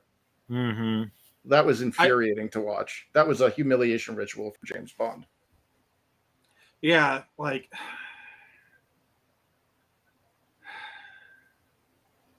Yep. I do feel like there was a bit of a sensationalism. Like, I feel like they played up a little bit too much. Like, oh, this black woman is going to show him up or whatever. And it was kind of there, but not as much as like people were claiming. This is the problem I have with like modern movie promotion is the pre-press will come out and it's like, oh, this film is like so in this direction. And then when you go, it's like maybe 25% in that direction as opposed to like 75% the way they claim. You know what I'm saying? Mm-hmm. Mm-hmm. Like, oh, it's not as bad as they were saying. I didn't watch any of the hype around it. I just happened to see it. It was on streaming. And I was just disgusted. Like, Bond is a womanizer. That's his role. Like, you can't remove that from his archetype and still have James Bond. And they made him. I mean, you get Don to settle down with like a weapon. You could do that. Like, have him like go to one woman. Like, with Vesper. Yeah. Yeah, like that. Well, that was his character. As they forged, like he was kind of in mourning because he lost the one that got away. But and Spectre should have been the end of the series. Like if they just like it had that ending where like he's got the car back, he's got the girl, he drives away. That should have been the end of the Craig era. It really should have been. Yeah, I don't know what they like, and then on top of that, like, it just made Bond look like an asshole. Like it didn't like he just was like the butt of all the jokes. I'm like, that's not Like James Bond. abandoning the woman he claimed to love in the Yeah. opening scene. Like and yeah, I'm pretty sure it's very clear she was trying to tell him she was pregnant. Yeah. I also am just so sick of the trope of like whenever they bring an old character back, the kid that he didn't know about. They did Captain Kirk, Indiana Jones, Captain Picard, James Bond, even freaking Marshall Dillon from Gunsmoke. No one even remembers that. In the 1990s, they brought him back with a woman that he knew for like a week when he had amnesia. Now it's like, oh yeah, by the way, he had a kid with her. It's like every franchise does that. And like the movie goes off its way. Like, oh, she's not your kid. She's very clearly the kid. She's got his eyes. It's the deadbeat dad trope. Superman Returns. Yeah. Yep. Yeah. And then the kid throws a piano and kills the bad guy, and Luther's like, "Who's his father? Are you sure?" Like, yeah, because they can't have the nuclear family anymore. You know what I mean? Like, you know the nursery rhyme: first comes love, then comes marriage, then comes so and so in the baby carriage. Yeah. Well, that doesn't exist anymore. Now it's consequence-free sex, and we'll have single broken homes with single moms. Okay, the one thing that did make Superman Returns fun, when I saw it, was in the theater. This one black guy got really overexcited when the kid pushed the piano, and he yells real loud in the theater, "Woo! Who's your daddy?" Oh my god! My father. That was better than the movie itself. He finally come back with the smokes. Yeah. Oh my god. Well, I didn't mean it like that. I'm sorry. I didn't. No. That was on you. I wasn't going there. I said it, not anyone else. You're gonna cancel me. I don't care. That was freaking hilarious. Yeah. I'm like Obama in the Boondocks. I completely disavow and basically fuck him. Oh god, I'm kidding. I told it. Okay, I'm trying to find my Bill Clinton voice here. I totally had my sex fellow with Americans. that woman. Yeah, I did not have sex with that woman, Miss Lewinsky. Yeah. It's hard to do Bill Clinton and not be Hank Hill. Also, like, yeah, who the fuck keeps a dress that has cum stains on it? The same one that smoked cigars that were in the in the man cave. Yeah. Hey. Yeah. At least when I smoke marijuana, I inhale. I'm like Obama. Wait, no, Obama actually did admit to inhaling, so I'll give him that. Yeah. No, it was Bill Clinton who said he didn't inhale. Yeah, I remember like somebody asked Obama that. It's like, what else are you supposed to do? Like, I'll give him some credit for that. Yeah. As if possession wasn't a crime when Bill Clinton held it anyway. So yeah. Okay. Because of Superman Returns, I think Damien existed before Superman Returns. Nope, 1 year later, 2007. I remember buying the issues. Yep. Cool. It was Grant Morrison writing, I think. Yeah, what's funny is... Can we talk about the fact that Batman got raped and no one cared? Like, I know they've retconned that, but... Yeah. Well, so did Superman. Yeah, it's like... No one, it like, just kind of blew over. But it's like, that was a thing for... It happened to a man, so it doesn't count. Yeah, it's exactly. It's a humiliation That's my thing. point. Well, they have to take like, we cannot have Paragon superheroes anymore. They need to be Marxist deconstructed. They need to be all flawed and like... And then on top of that, all of our villains need to be sympathetic now. Mm-hmm. Well, that's not even flawed. Having a kid with Talia would be flawed. Yeah. But being taken advantage of like that is that's just humiliation for the sake of it. That's just tearing him down to tear it down. Yeah. Well, it's all your heroes need to die. You know, you got to demoralize you. You know, you can't have anything like inspirational anymore. You mean, come on, we have Hail Hydra. I mean, speaking of inspirational, Chris, I think you got something you want to share. Oh, sure. Yeah, I put the link. Sorry. I it's just kind of got like talking about everything but Casino Royale here. So yep. So Chris, while I pull it up, tell me what you've been up to, sir. Smoking, drinking. No, yeah, I did you? But did you inhale? well, yeah. What else are you supposed to do? All right, tell me about this stuff, sir. Yeah, man. Infinitale Chronicles, The War of the Trees #2, launched last Friday on Michael Bancroft's. Ooh. And funded within an hour. And then we got the Bancroft first for you. Yep, and we got the second stretch. So there's content coming. Oh, you're roboting again. Yeah, I can't. I don't know what it is because seeing yellow lines on my connection. So I don't. Yeah, on that little thing in the upper left. Oh, crap. Well, just do the best you can. Yeah, I don't know. I don't know what I can say, and I don't know how much is going to get roboted. So, just do the best you can. Check out the product. Check out the last day to get the free early bird holofoil card there. Yeah, and all those buttons there. If you're wondering why there's no interior pages on the crowdfunding page, just click the button. You can get a free preview and you can download it. Yeah. So I just want to say, Chris, you have a great project here. I've always said it. Your stuff looks amazing, and I am really happy to see your success. And link is in the comment. Link is in the chat. Please buy his book. Yeah. So all right, let's get back to the show. So yeah. All right. Where were we? Oh, okay. Like Death of Heroes. Yeah. We were just talking about how all of our heroes have been deconstructed and turned to crap. Yeah, that's where the new stuff comes in. Like obviously War of the Trees. We got Screecher. Forrester. You wanna talk about like your work on Screecher and how you've been enjoying it so far? I can, but I was thinking about the heroes thing, and I was thinking that it kind of ties back into Casino Royale. Mm-hmm. I don't know. There's almost like there's another genre of deconstruction that I think I just named the reaffirmation. Like the problem with deconstructions is they ask questions, but only for the purpose of destroying. Mm-hmm. Like, do we really need these heroes? And then they leave it.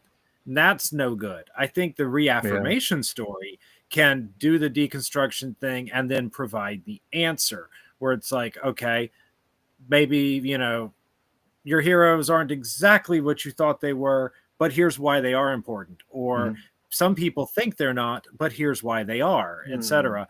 And I think Casino Royale falls into that very well. I think that's actually what it is, as we were saying earlier, post Austin Powers. Like, not just James Bond himself, but could the James Bond type hero, was he just an outdated trope to be mocked? Or is there something here that matters? I think Skyfall doubles down on that concept and does it even better than Casino Royale, in my opinion. It does, but it has the benefit of it already being answered. Mm-hmm. Like, Quantum wasn't the best movie, but it still got made and made its money. Mm-hmm. Like, being the third movie after, like, Casino Royale, Quantum, Skyfall. So that's like the third Craig movie. It wasn't having to, in real life, answer the question, is Bond still valid? I would disagree, because Bond was on shaky ground going into Skyfall, because Casino Royale came out, people liked it, was a tad divisive. Quantum of Solace was a bit of a stinker. Like, subpar, I would put it. So, like, going into Skyfall, like, do we need Bond? Is he, like, it was a little bit shaky. Skyfall solidified James Bond for the 21st century, in my opinion. Because, like, Skyfall was just so good. You realize, holy crap, Bond is still relevant. Well, we can put them together as being part of the same series. It's not necessarily competition. Okay. But I would say that those first, not first three, because we got that one in the middle there, but the first, it's about the first. Yeah. Well, Skyfall's number 3, so. My thing is take away the brand for a moment. Do the movies hold up as good movies? And some of them not so much. Like that last one. Die Another Day does not, like, without the Bond branding. It's just, it doesn't work. Quantum of Solace doesn't work either. I think Casino Royale and Skyfall do. Yeah, Spectre Casino Royale works really well. Like, I think Spectre, there is kind of like a surveillance modern day spy movie. Oh, a little bit late there, but okay, I will give credit to Die Another Day. Now she pops up. Yeah, I thought she'd pop up when I mentioned Jonathan Joestar. Yeah, Nix, he made a JoJo reference earlier. And then Nix, if you want to pop in here, let me know. I'll send you the link.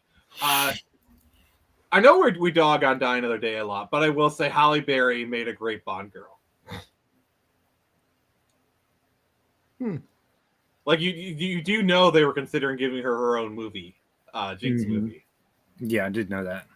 I think honestly, if they had made a Jinx movie, it would have been pretty interesting. But the biggest like what if James Bond movie was after Die Another Day.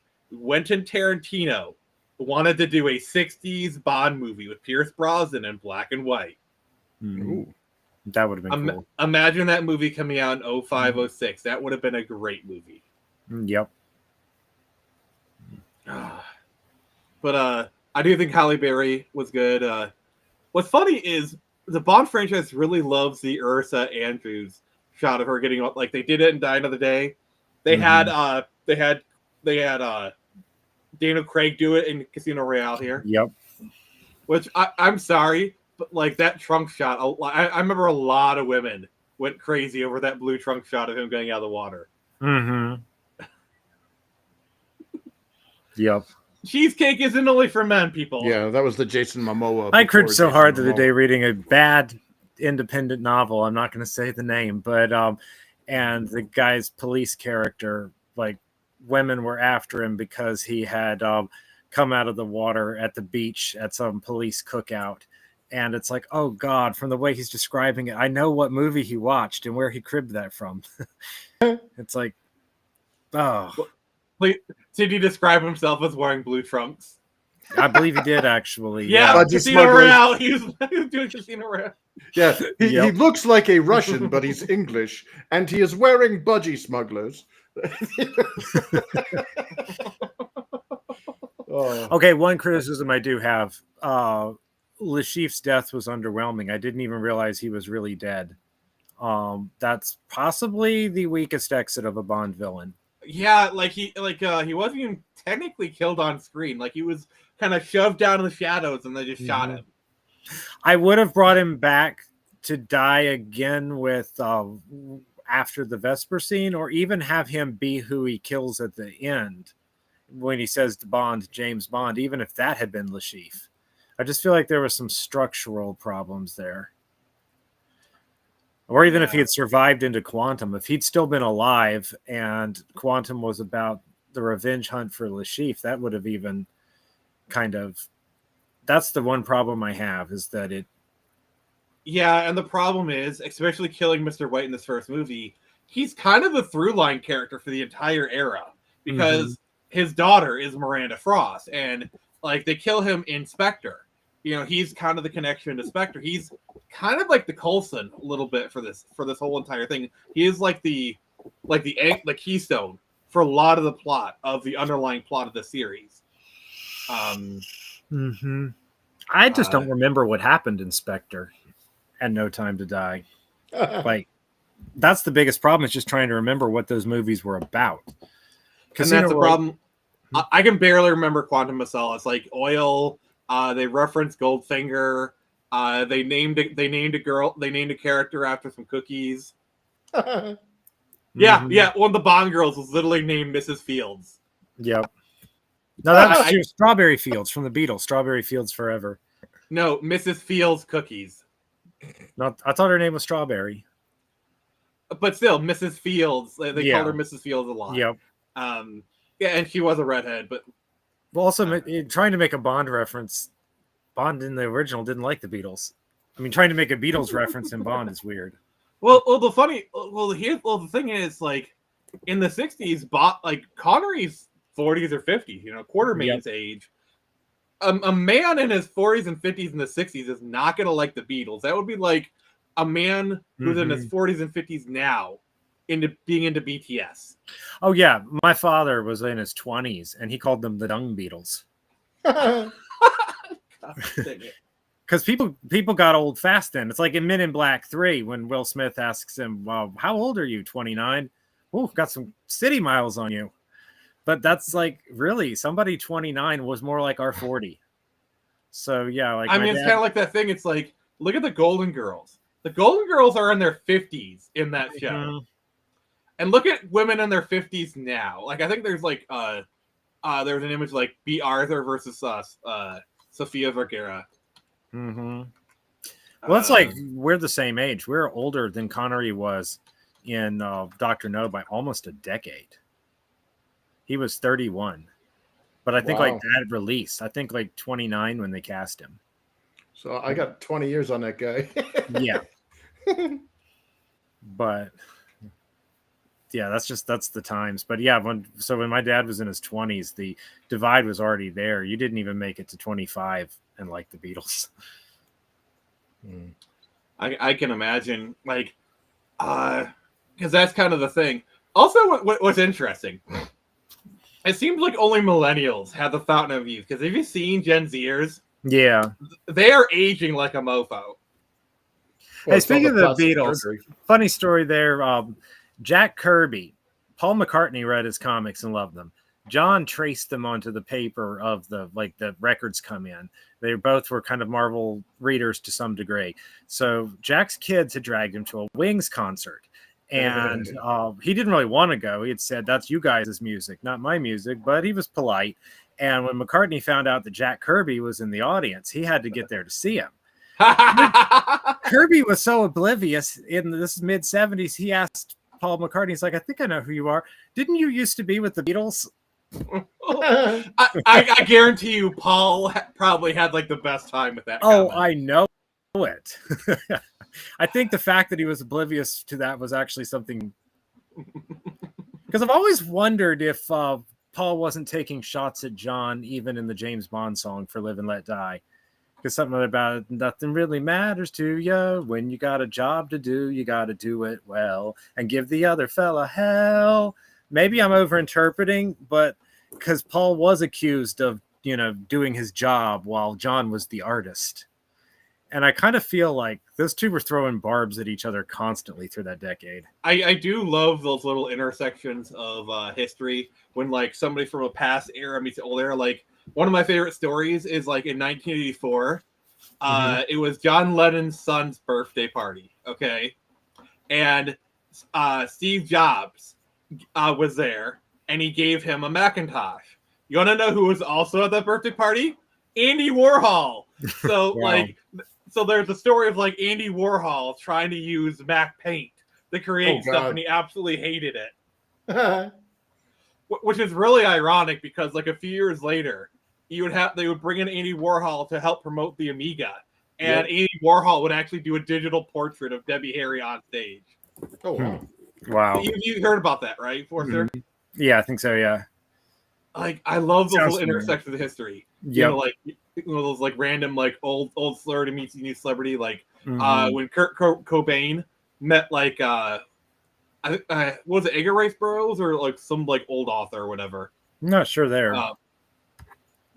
Yeah, but this is like 92, 93-ish, like a year or so before he died. But I love those little intersections of history. Oh, this has nothing to do with it, but like I just got to tell a story. So like I think it was like at like a screening of like a Superman movie, and like these guys were in the bathroom being like, "Oh yeah, I I don't know if I like Zod in that movie or whatever." They're just kind of talking shit, and all of a sudden Terrence Stamp walks out of the urinal and just says something, walks out. Wow! Like how crazy would that be if like you're at a movie you're just like you're talking shit about an actor, and they just cut. Like that would be insane. Yeah. Speaking of, when you said Kurt Cobain, that made me think of 90s bands, which made me think of Soundgarden. Let's talk about Chris Cornell's song, which is absolutely badass. Yes. And that's another thing like this movie does to kind of break trends a little bit. Like I know, like having a male sing the Bond theme. Like, yes, there has been men who have sing the Bond theme, like we're talking about Paul McCartney, but it's like people think, oh, Bond theme. You got the woman doing the lounge singing kind of thing, like having Tina Turner do GoldenEye. But not only was it a male, it was a rock song. Mm-hmm. You know, so it was totally bucking the trend. Who did Quantum of Solace? The Bond. I know Adele. Alicia Keys. Oh, yeah, it was Alicia Keys, and I think Jack White also did it. Oh, I still think the best one's the one by Garbage. The World Is Not Enough.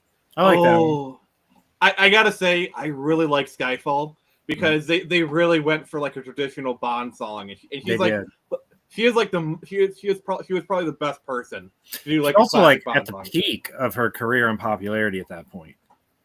So it's like Adele at her absolute peak. That one was even played on the radio. Yeah, it was a bit of a hit. I will say, Sam Smith's Writing on the Wall, I think that was for like Spectre. Yeah, it was Spectre. And then Billie Eilish for No Time to Die, which was just stunt casting. I don't know. I think I actually liked Billie Eilish's No Time to Die.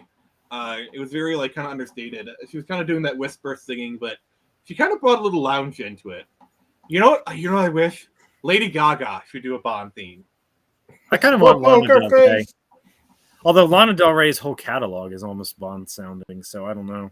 I think she probably would be a cliche. I don't know. You gotta pick someone that isn't who immediately comes to mind, but afterwards you couldn't imagine anyone else.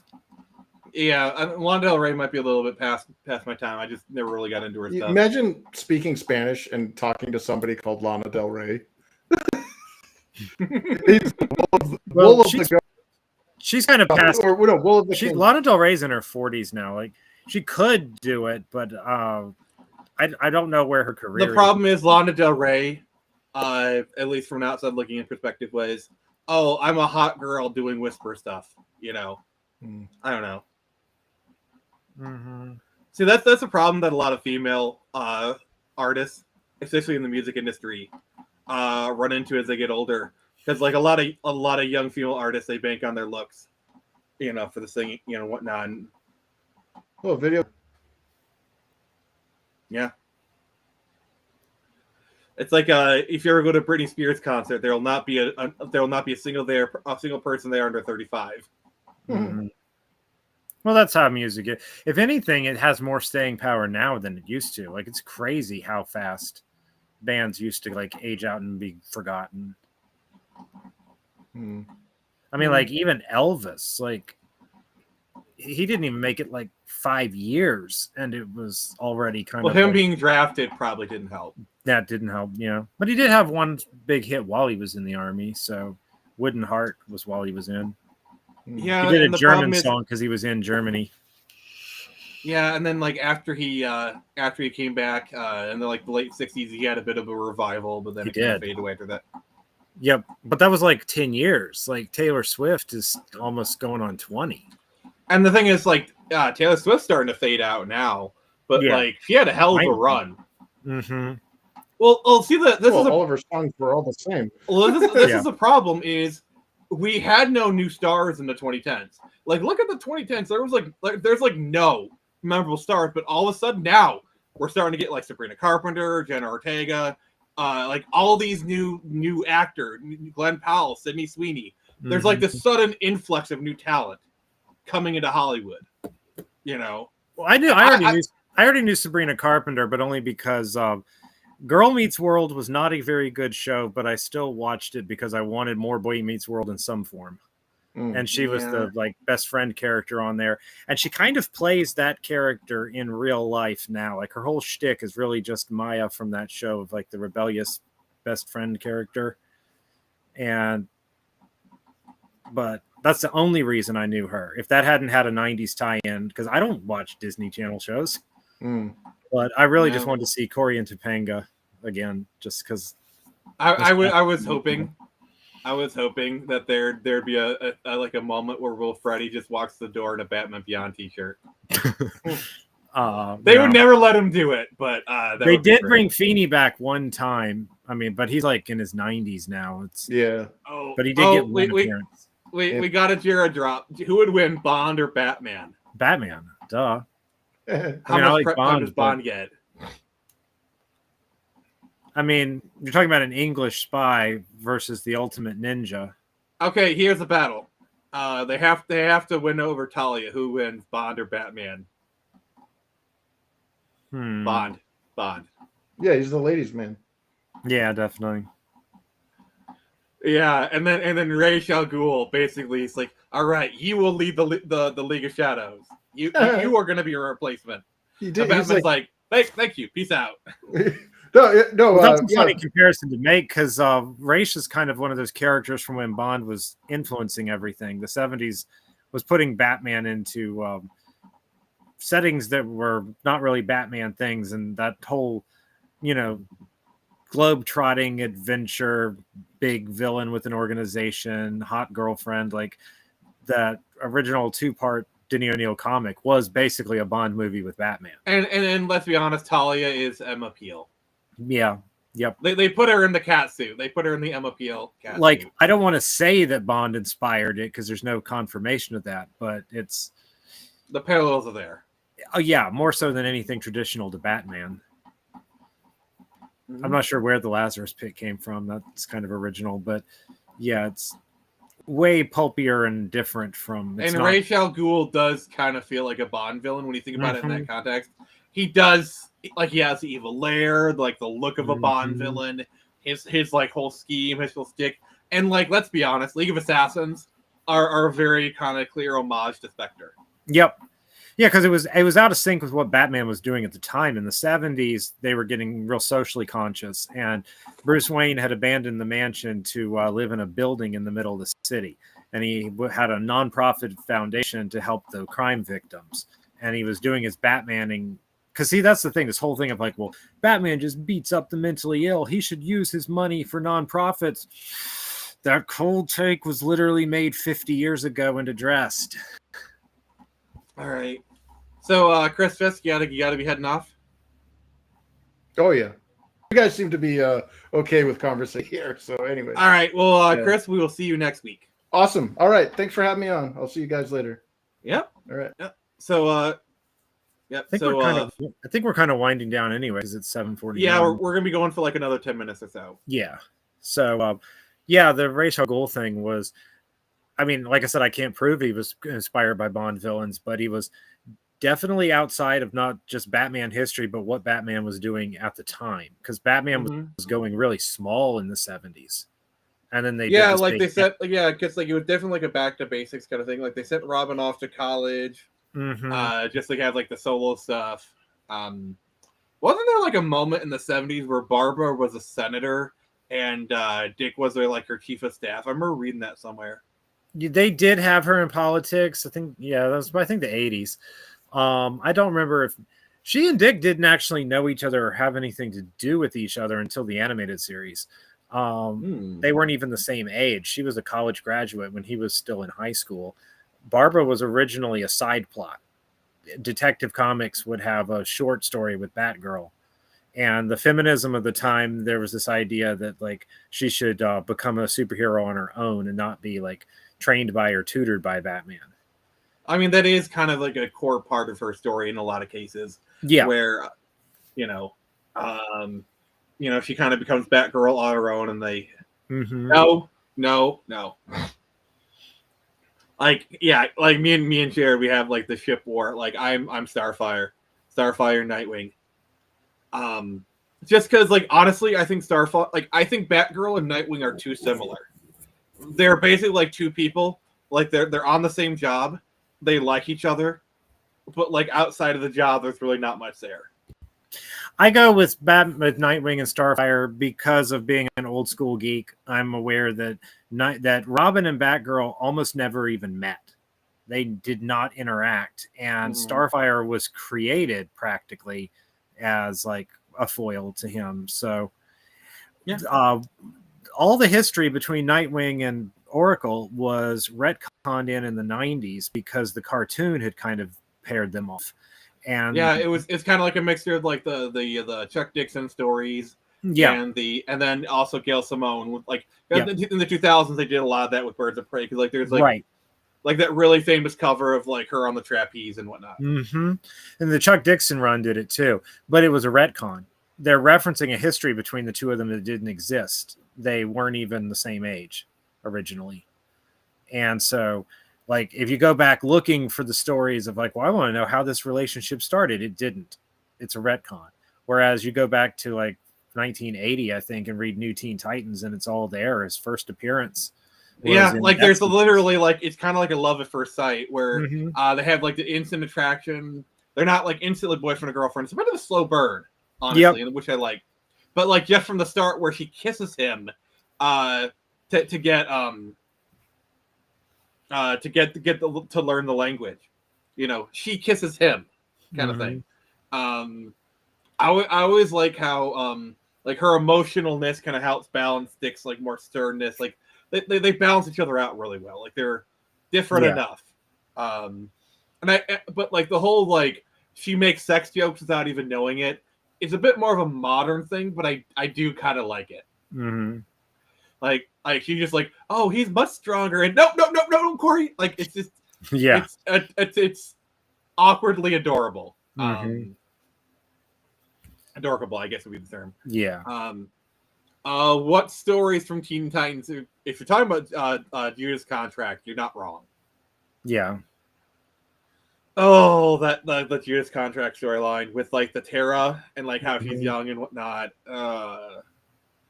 I think in the animated ones, she comes on to him and he refuses. Mm-hmm. It's still creepy, but a little bit better. In the comics, oh yeah, the kissing to learn language. I disagree. Because my thing is, she initiates it. Like she's the one who initiates it. Plus, like honestly, like the whole like there's always been a bit of a sensuality with Tamaranians. That's kind of like a core part of what they are. I really hate how she's. If that's like the core of her character, like her New 52 incarnation, I know that gets a lot of hate. Yeah. See, I don't like Starfire because the whole bikini scene I don't care about.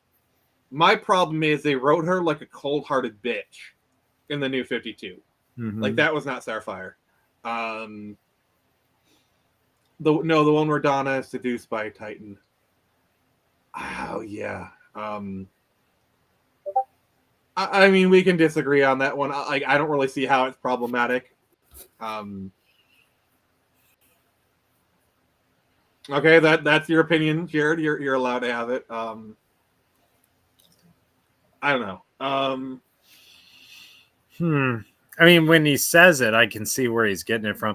I guess my forgiveness comes more from the fact that the romance plots are secondary, especially in older comics. They weren't.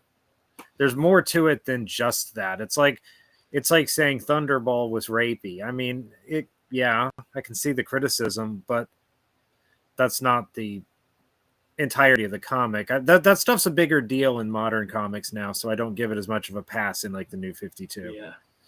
Yeah. Jared, I don't like it when Starfire's sexuality is more overt. Yeah, I much more prefer it when it's more comes from a place of innocence. Like when she makes for example, those series of movies like Justice League versus the Teen Titans. I forgot what they're called. I really like the Starfire in that one where she like, show me the move. Now I admire your boldness. Like, no. Like she's not trying to make a sex joke or she's not trying to do that kind of stuff. It comes from like a naivete and innocence. I find that to be kind of, I'm just not a big fan of that, of using much of that in superheroes anyway. I think it's an example of what I saw somebody called it dumbing up, where you have something that's not really for adults and they're trying to make it smarter and make it more adult. And when I think of the Teen Titans, I think of the 2000s show first and foremost. Like I like the 80s comics, but I read them much later because of the show. And I feel they're kind of DC trying to make an X-Men book. Like I like the run, but to me, it's source material for the show that did it. That's what I think of when I think of them. To me, that's the iconic Starfire. Yeah, that is kind of the iconic depictions for a lot of people. And like the thing is, it's really easy to watch that show and go back and read the Wolfman Run because so much of that cartoon was pulled from the Wolfman Run. Like the lineup is pretty much the same. They do a lot of the same stories. The characterizations are pretty much the same. Beast Boy aside, Beast Boy like Changeling and Beast Boy are two very different characters. Like if you go look at like the 80s, because he was called Changeling in the 80s, because he was trying to move past it. It is an entirely different character. Let's see here. I mean I guess all I can say is I disagree, but you're allowed to think that way. I can agree with them. At least Batgirl and Nightwing doesn't have this much arguably pervy stuff. Except when Bruce Timm is involved, but that could be we don't talk about that. I actually made him read the Beyond tie-in comic once. Jared still gives me crap for that to this day. Bruce Timm also gave us the whole Dick and Barbara thing being paired off because that came from his show. That's what's so stupid. It's like not only did he mess up that ship, not only did he mess up that ship to do Bruce and Barbara, but he created the ship that he would mess up. It's like the Bruce and Barbara thing wouldn't even hit so badly if she had been a proper side plot and not with Dick. But he has to be almost engaged. Yeah, less than as Bruce Timm. Well, the thing is, like, Starfire and Dick actually do marry in the comics in Teen Titans. I mean, they get a divorce or whatever. See, my problem with Nightwing is kind of the same problem that like Jared has with Starfire. Nightwing is a little bit too sexualized nowadays. Nightwing has always been a bit of a man whore. He's always been sexualized to a degree. So I will say this is where I empathize with you a little bit. They took parts of Dick's character, you know, like the womanizer or whatever. Like you want to talk about making a character Bond, you know, Agent Rick Grayson. You know, like Nightwing is basically DC's James Bond. That's a little iffy. I mean, I know he's grown now, but it's like it's still the same canonically. His like as the like you know like little kid sidekick of Batman in the Pixie shorts, like that's still canonically his backstory. So in a way, it's weird because like with someone like Bond, we don't really know. He's been like a late 20. He's been an early 20 something since like the early. 80s. I know that since the 80s, but with Bond, we don't really know his childhood. With Dick, it's like okay, yeah, but you are doing this with a character that's like introduced as a kid, and his whole adult character is just playing off of who he was as a kid. Like it gets it's odd to me. Yes, we did. Yes, Jared.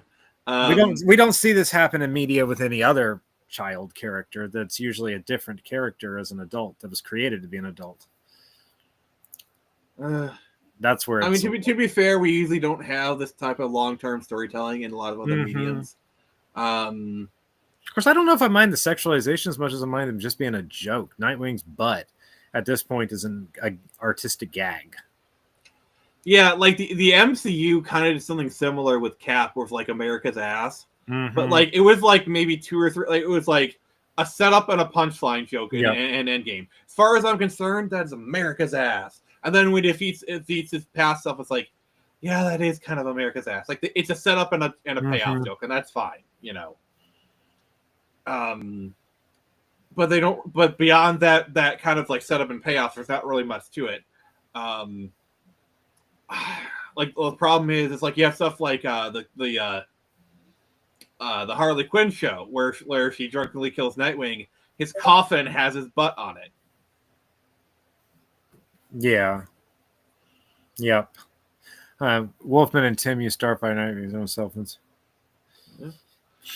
I'm just gonna say this: I don't really understand the vitriol against self-inserts. All writers, to some degree, put themselves into characters, or they have self-inserts. The problem, you know, the only problem happens when it goes overboard. I guess I don't remember it that well. I don't know.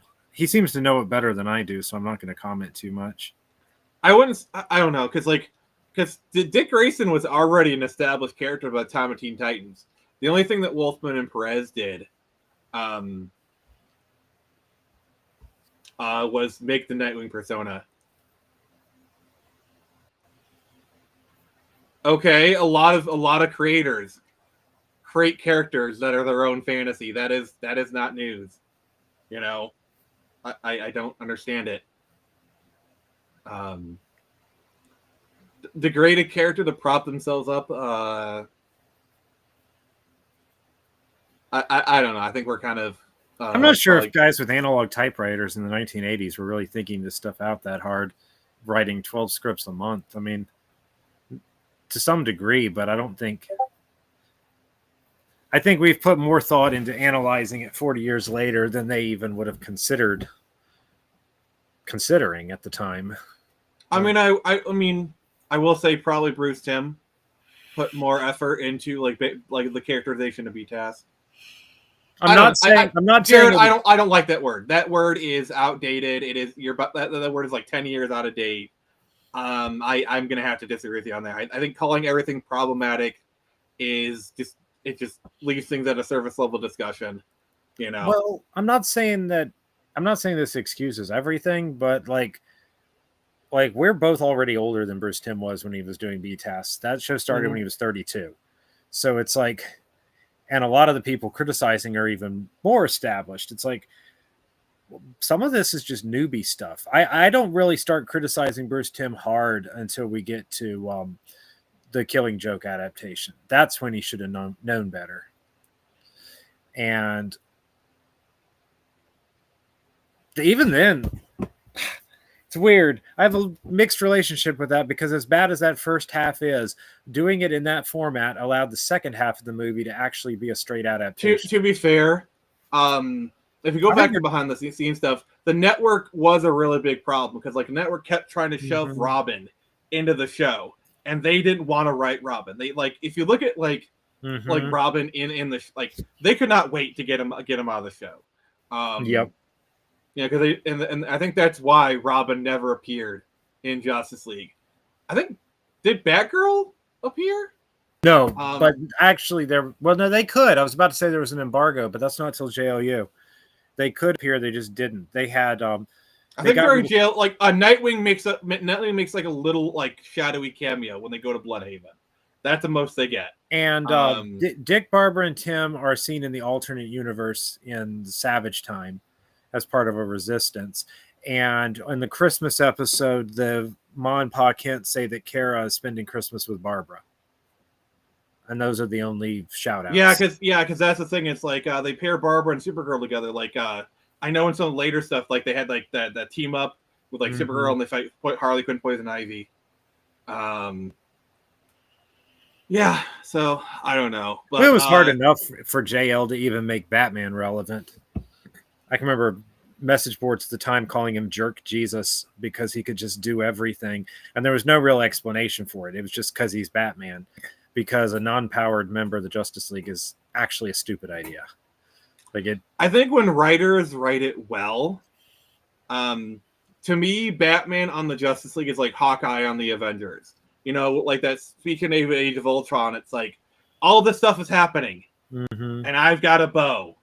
None of this makes sense. That to me is kind of like the essence of Batman on the Justice League. He's a human among them. I was thinking of that too. And when his girlfriend is or wife or whatever she was, is like, I totally support your avenging. Why? Your guy is out there with a, centuries outdated weapon fighting actual gods. It's like, to be fair, it's I think she's Mockingbird. They reveal it in Hawkeye where like she actually was a spy for S.H.I.E.L.D. herself. So like he was in the life. So like I think she kind of understands it a little bit. But probably not with a bow. Yeah, not with a bow, but I don't know. But we're gonna cap some stuff off here. Thank you, Chris. Thank you, Forrester. Thank you, Jared. I do appreciate you. So tomorrow we'll be reading some very, very cringy AI fanfic. We had some great time doing that the other time. And then Sunday we'll talk about video game piracy with Mugen Lord in attendance. So this has been Nick from the Phoenix Press. Remember, I can only show you the door. You're the one to walk through it.